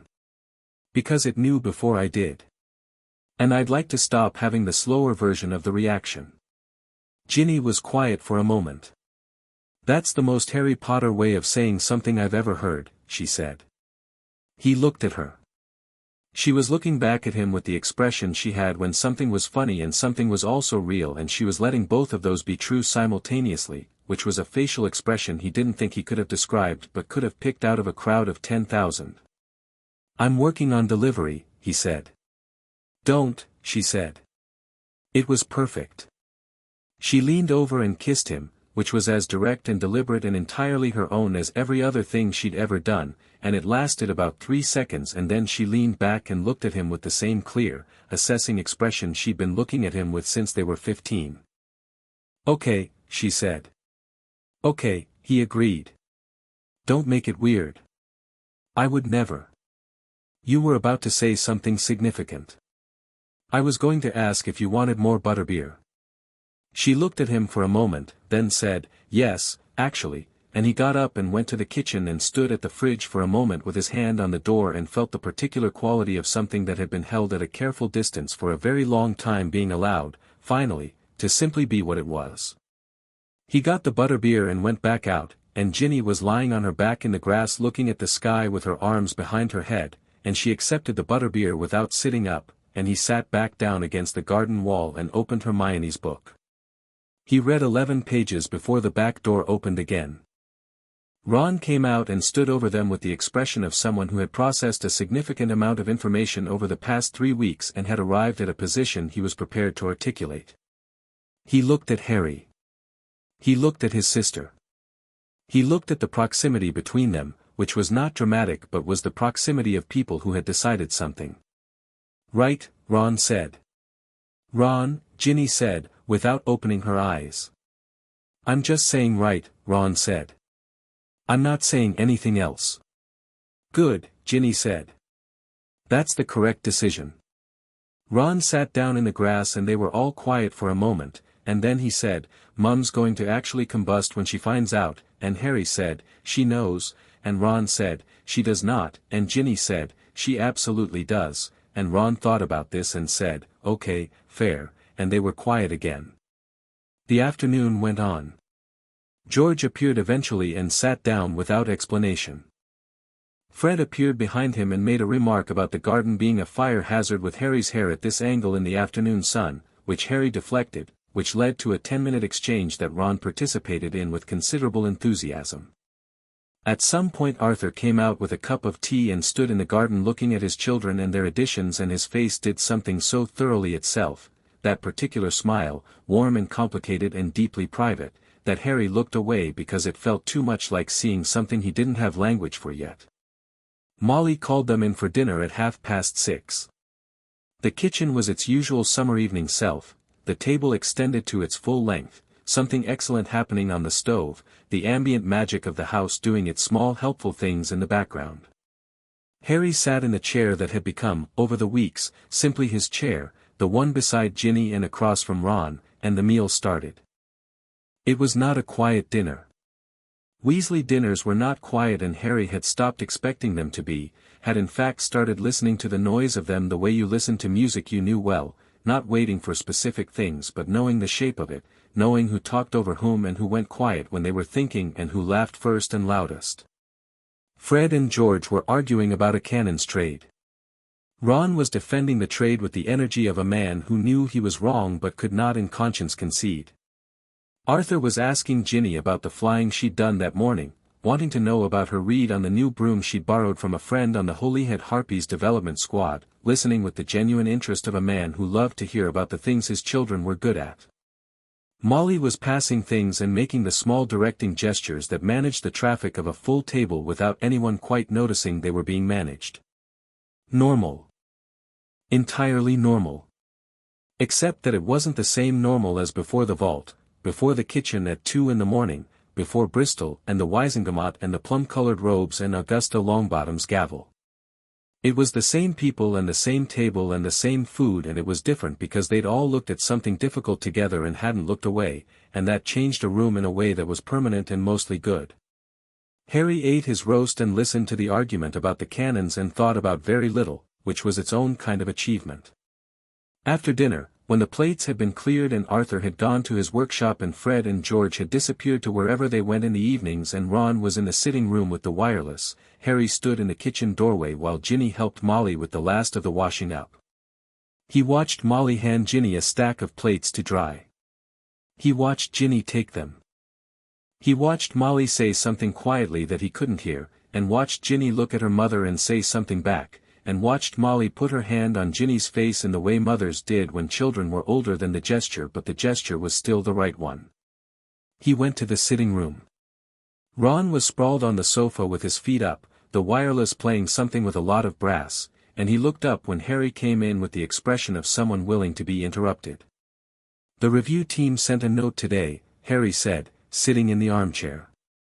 "They've identified 2 more people from the notebook. A journalist, someone who covered Slug Club events regularly through the 80s. And a Hogwarts governor Harry didn't know. Both voluntarily came forward after the Prophet story." Ron nodded slowly. "That's good." "It is." Harry looked at the wireless. "Robards thinks the full scope might be larger than the 14 names. Slughorn was careful with his notebook, but he may not have recorded everything. The review will take time. Will you be involved in it?" "The review?" Harry thought about this. "I don't know," he said honestly. "It's a ministry operation now. Robards has it. I'm not, I don't need to be in every room." He paused. "That's new, actually. Not feeling like I need to be in every room." Ron looked at him. "Good new or strange new?" "Both," Harry said. "Mostly good." Ron was quiet for a moment, doing the thing he did when he was working towards something, a slight tension in his jaw, a quality of preparation. "Can I say something?" he asked. "Go on." "You were," he stopped. Restarted. "What you did. Coming to the door at 2 in the morning and putting it on the table like that. Not softening it or doing it gradually or trying to manage how we heard it." He looked at his hands. "I don't know if you know how much that mattered. Dad especially. People always try to manage Dad. Like he can't handle things straight because he's enthusiastic about Muggle stuff, or because he's not connected enough, or serious enough, or," he stopped. "And you just came in and told him the truth and expected him to be able to handle it." "He could handle it," Harry said.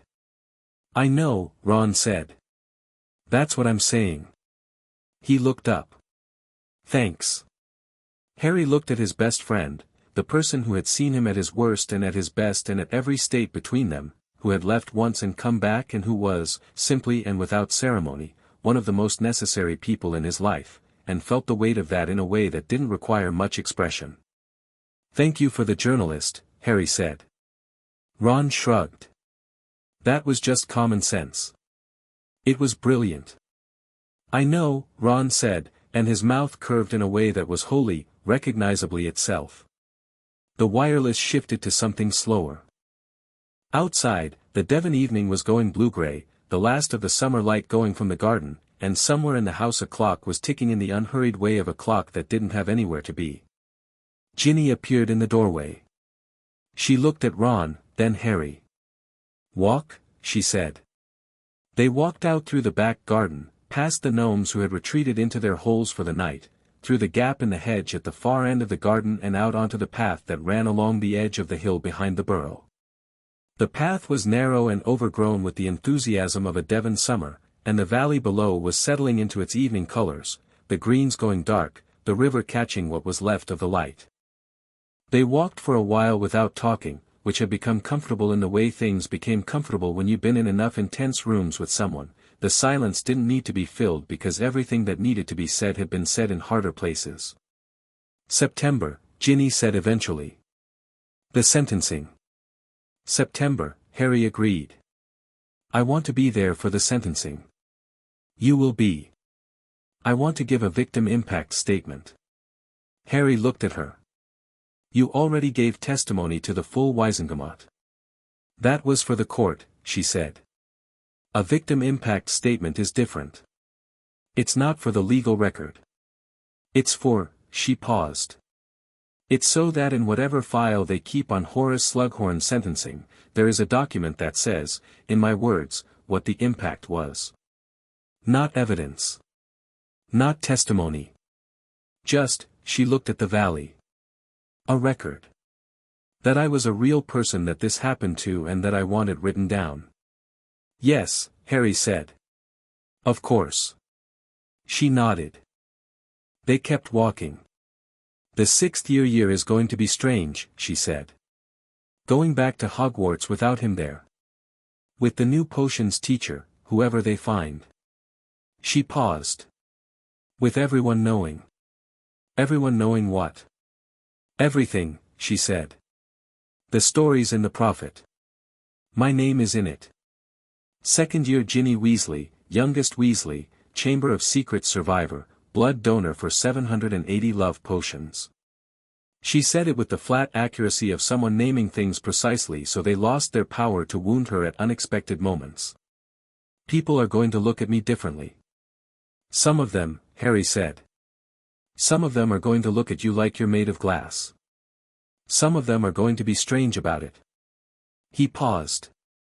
Most of them are going to see what everyone saw in that courtroom.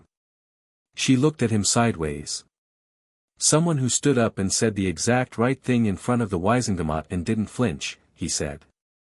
That's what most people are going to see. Give them a chance. She was quiet for a moment. That was a good speech, by the way, she said. Yours. In the courtroom. Hermione helped. I know. It was still good. She paused. The cage line. I meant it. I know you did. She looked at the path. That's what made it good. The path curved around the hill and they could see, from this angle, the lights of the burrow below, warm and yellow in the evening, the absurd stacked shape of it against the dark, the light in the kitchen where Molly was probably still doing something useful, the light in Arthur's workshop where he was probably tinkering with something muggle and delightful. Ginny stopped walking. She stood on the path and looked down at the house, and Harry stood beside her, and the evening settled around them with the warm unhurried quality of a summer night that didn't know it was supposed to be significant. I went back through the chamber year, she said quietly. My memories of it. All of it, not just the parts after the vault, all of it. The whole year. She was quiet for a moment. And what I found was that most of the hard things that year were the diary. They were Tom Riddle. And then some of the hard things were Slughorn, the smoothness, the direction. She looked at the house. And then there were things that were just, mine. Genuine and mine and hard in the way things are hard when you're 12 and frightened and feel responsible for things that aren't your fault. Yes, Harry said. And the thing that helped most with those, she said, was not being managed. It was people treating me like I could handle the truth. She turned to look at him. Like you did. In the kitchen. At 2 a.m. Harry met her eyes.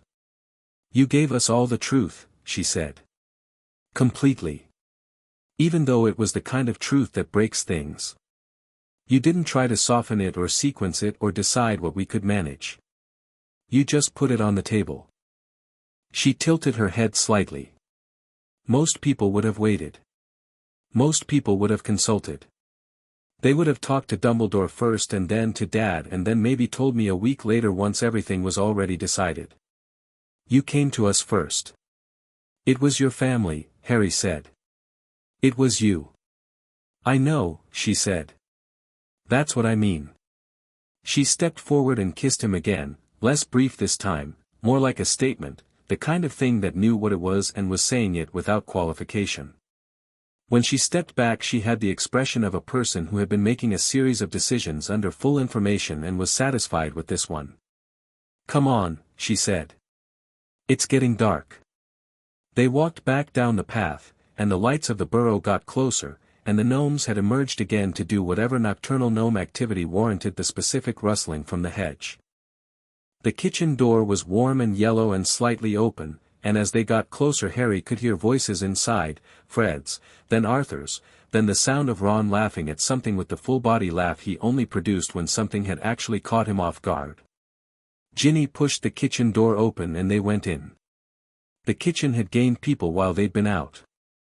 Fred and George had apparently decided that whatever their evening plans had been, this was better. Ron had migrated from the wireless to a chair at the kitchen table. Arthur had come out of his workshop and was standing at the counter making tea that nobody had asked for but everyone would drink. Molly was nowhere. Harry heard her footsteps upstairs, moving between rooms with some domestic purpose. It was just the kitchen and the people in it and the tea going on and the evening outside. Harry sat in his chair. Ginny sat in hers. Arthur set a cup in front of each of them with the quiet competence of a man who noticed where people were sitting and what they might need, which Harry had come to understand was one of Arthur Weasley's primary love languages. The cannon's trade, Fred said, picking up the earlier argument with the energy of a man who had been thinking about it all evening and had developed new material. Was defensible, Ron said immediately. Given the injury situation, there was no injury situation, the seeker was fully, the seeker's shoulder. Harry drank his tea and let the argument happen around him and watched Arthur Weasley sit down at the head of his kitchen table and look at the people at it with the expression of a man taking inventory of something he valued, and he thought about what Ron had said, you expected him to be able to handle it, and he thought about how that was the only thing to do, really, when you were dealing with people who could handle things. You gave them the thing. You expected them to be capable. And then you got out of the way of how they were capable, and you watched, and it was remarkable every time. Ginny was watching him instead of the cannon's argument, which meant she'd noticed the direction of his thoughts the way she often noticed the direction of his thoughts, and she raised her eyebrows very slightly in the particular way that meant, out of your head, Potter. He raised his own eyebrows back in what he hoped communicated, I'm fine, I'm here. She looked at him for a moment.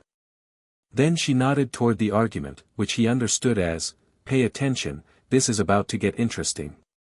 Clearly biased because Weasley, your entire analysis of any seeker is colored by, Fred was saying.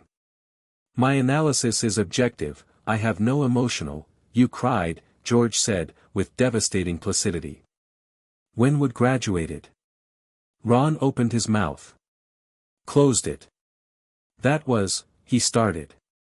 You cried, Fred confirmed. It was a difficult year. At the leaving feast, George said. During the song. There was something in my eye. The kitchen erupted. Even Arthur laughed, the real laugh, surprised out of him, and Harry found himself laughing too, and it was easy, which was its own kind of measurement of where things were, of how far the room had come from the kitchen at 2 a.m, that laughing felt easy in it. Molly came downstairs at some point and found her kitchen full of people laughing about Oliver Wood's leaving feast, and she stood in the doorway with the expression she wore at moments like this, the expression that was satisfaction and relief and something fiercer than either, the expression of a woman who had been genuinely frightened and had found, on the other side of it, that her family was intact and present and laughing in the kitchen on a Thursday evening. She went to the kettle. Made more tea. Handed it to the people who needed it. Harry accepted his second cup and looked around the table and thought about the vault. He was going to keep thinking about it, he knew, for a long time, and that was right, that was the appropriate relationship with a thing that had mattered, and he thought about the stag, and the corridor, and Bristol, and the courtroom, and the path on the hill with the valley below going dark and Ginny saying that's what I mean. He thought about what came next. 6th year at Hogwarts. Slughorn September sentencing, Ginny's impact statement, the Ministry review taking its careful methodical shape. New potions teacher. The ongoing fact of Voldemort. All the things that were still out there and still required attention and were not done and might not be done for a long time. But those were tomorrow's things. He'd learned that, somewhere in the past 3 weeks, not as a philosophy, not as wisdom, but as a practical skill. The things that were tomorrow's things needed to wait until tomorrow or they crowded out what was in front of you, and what was in front of you was the argument about Oliver Wood and the tea and Ginny's shoulder warm against his arm at the kitchen table and the lights of the Burrow and the Devon night outside. He was here. He was present. He'd made his choices. The stag had known what it was doing. He drank his tea. Outside, the summer night settled fully over the valley, and the gnomes went about their business, and the clock on the wall ticked with its domestic patience, and in the kitchen of the Burrow the voices continued, and the laughter continued, and the light stayed on. End.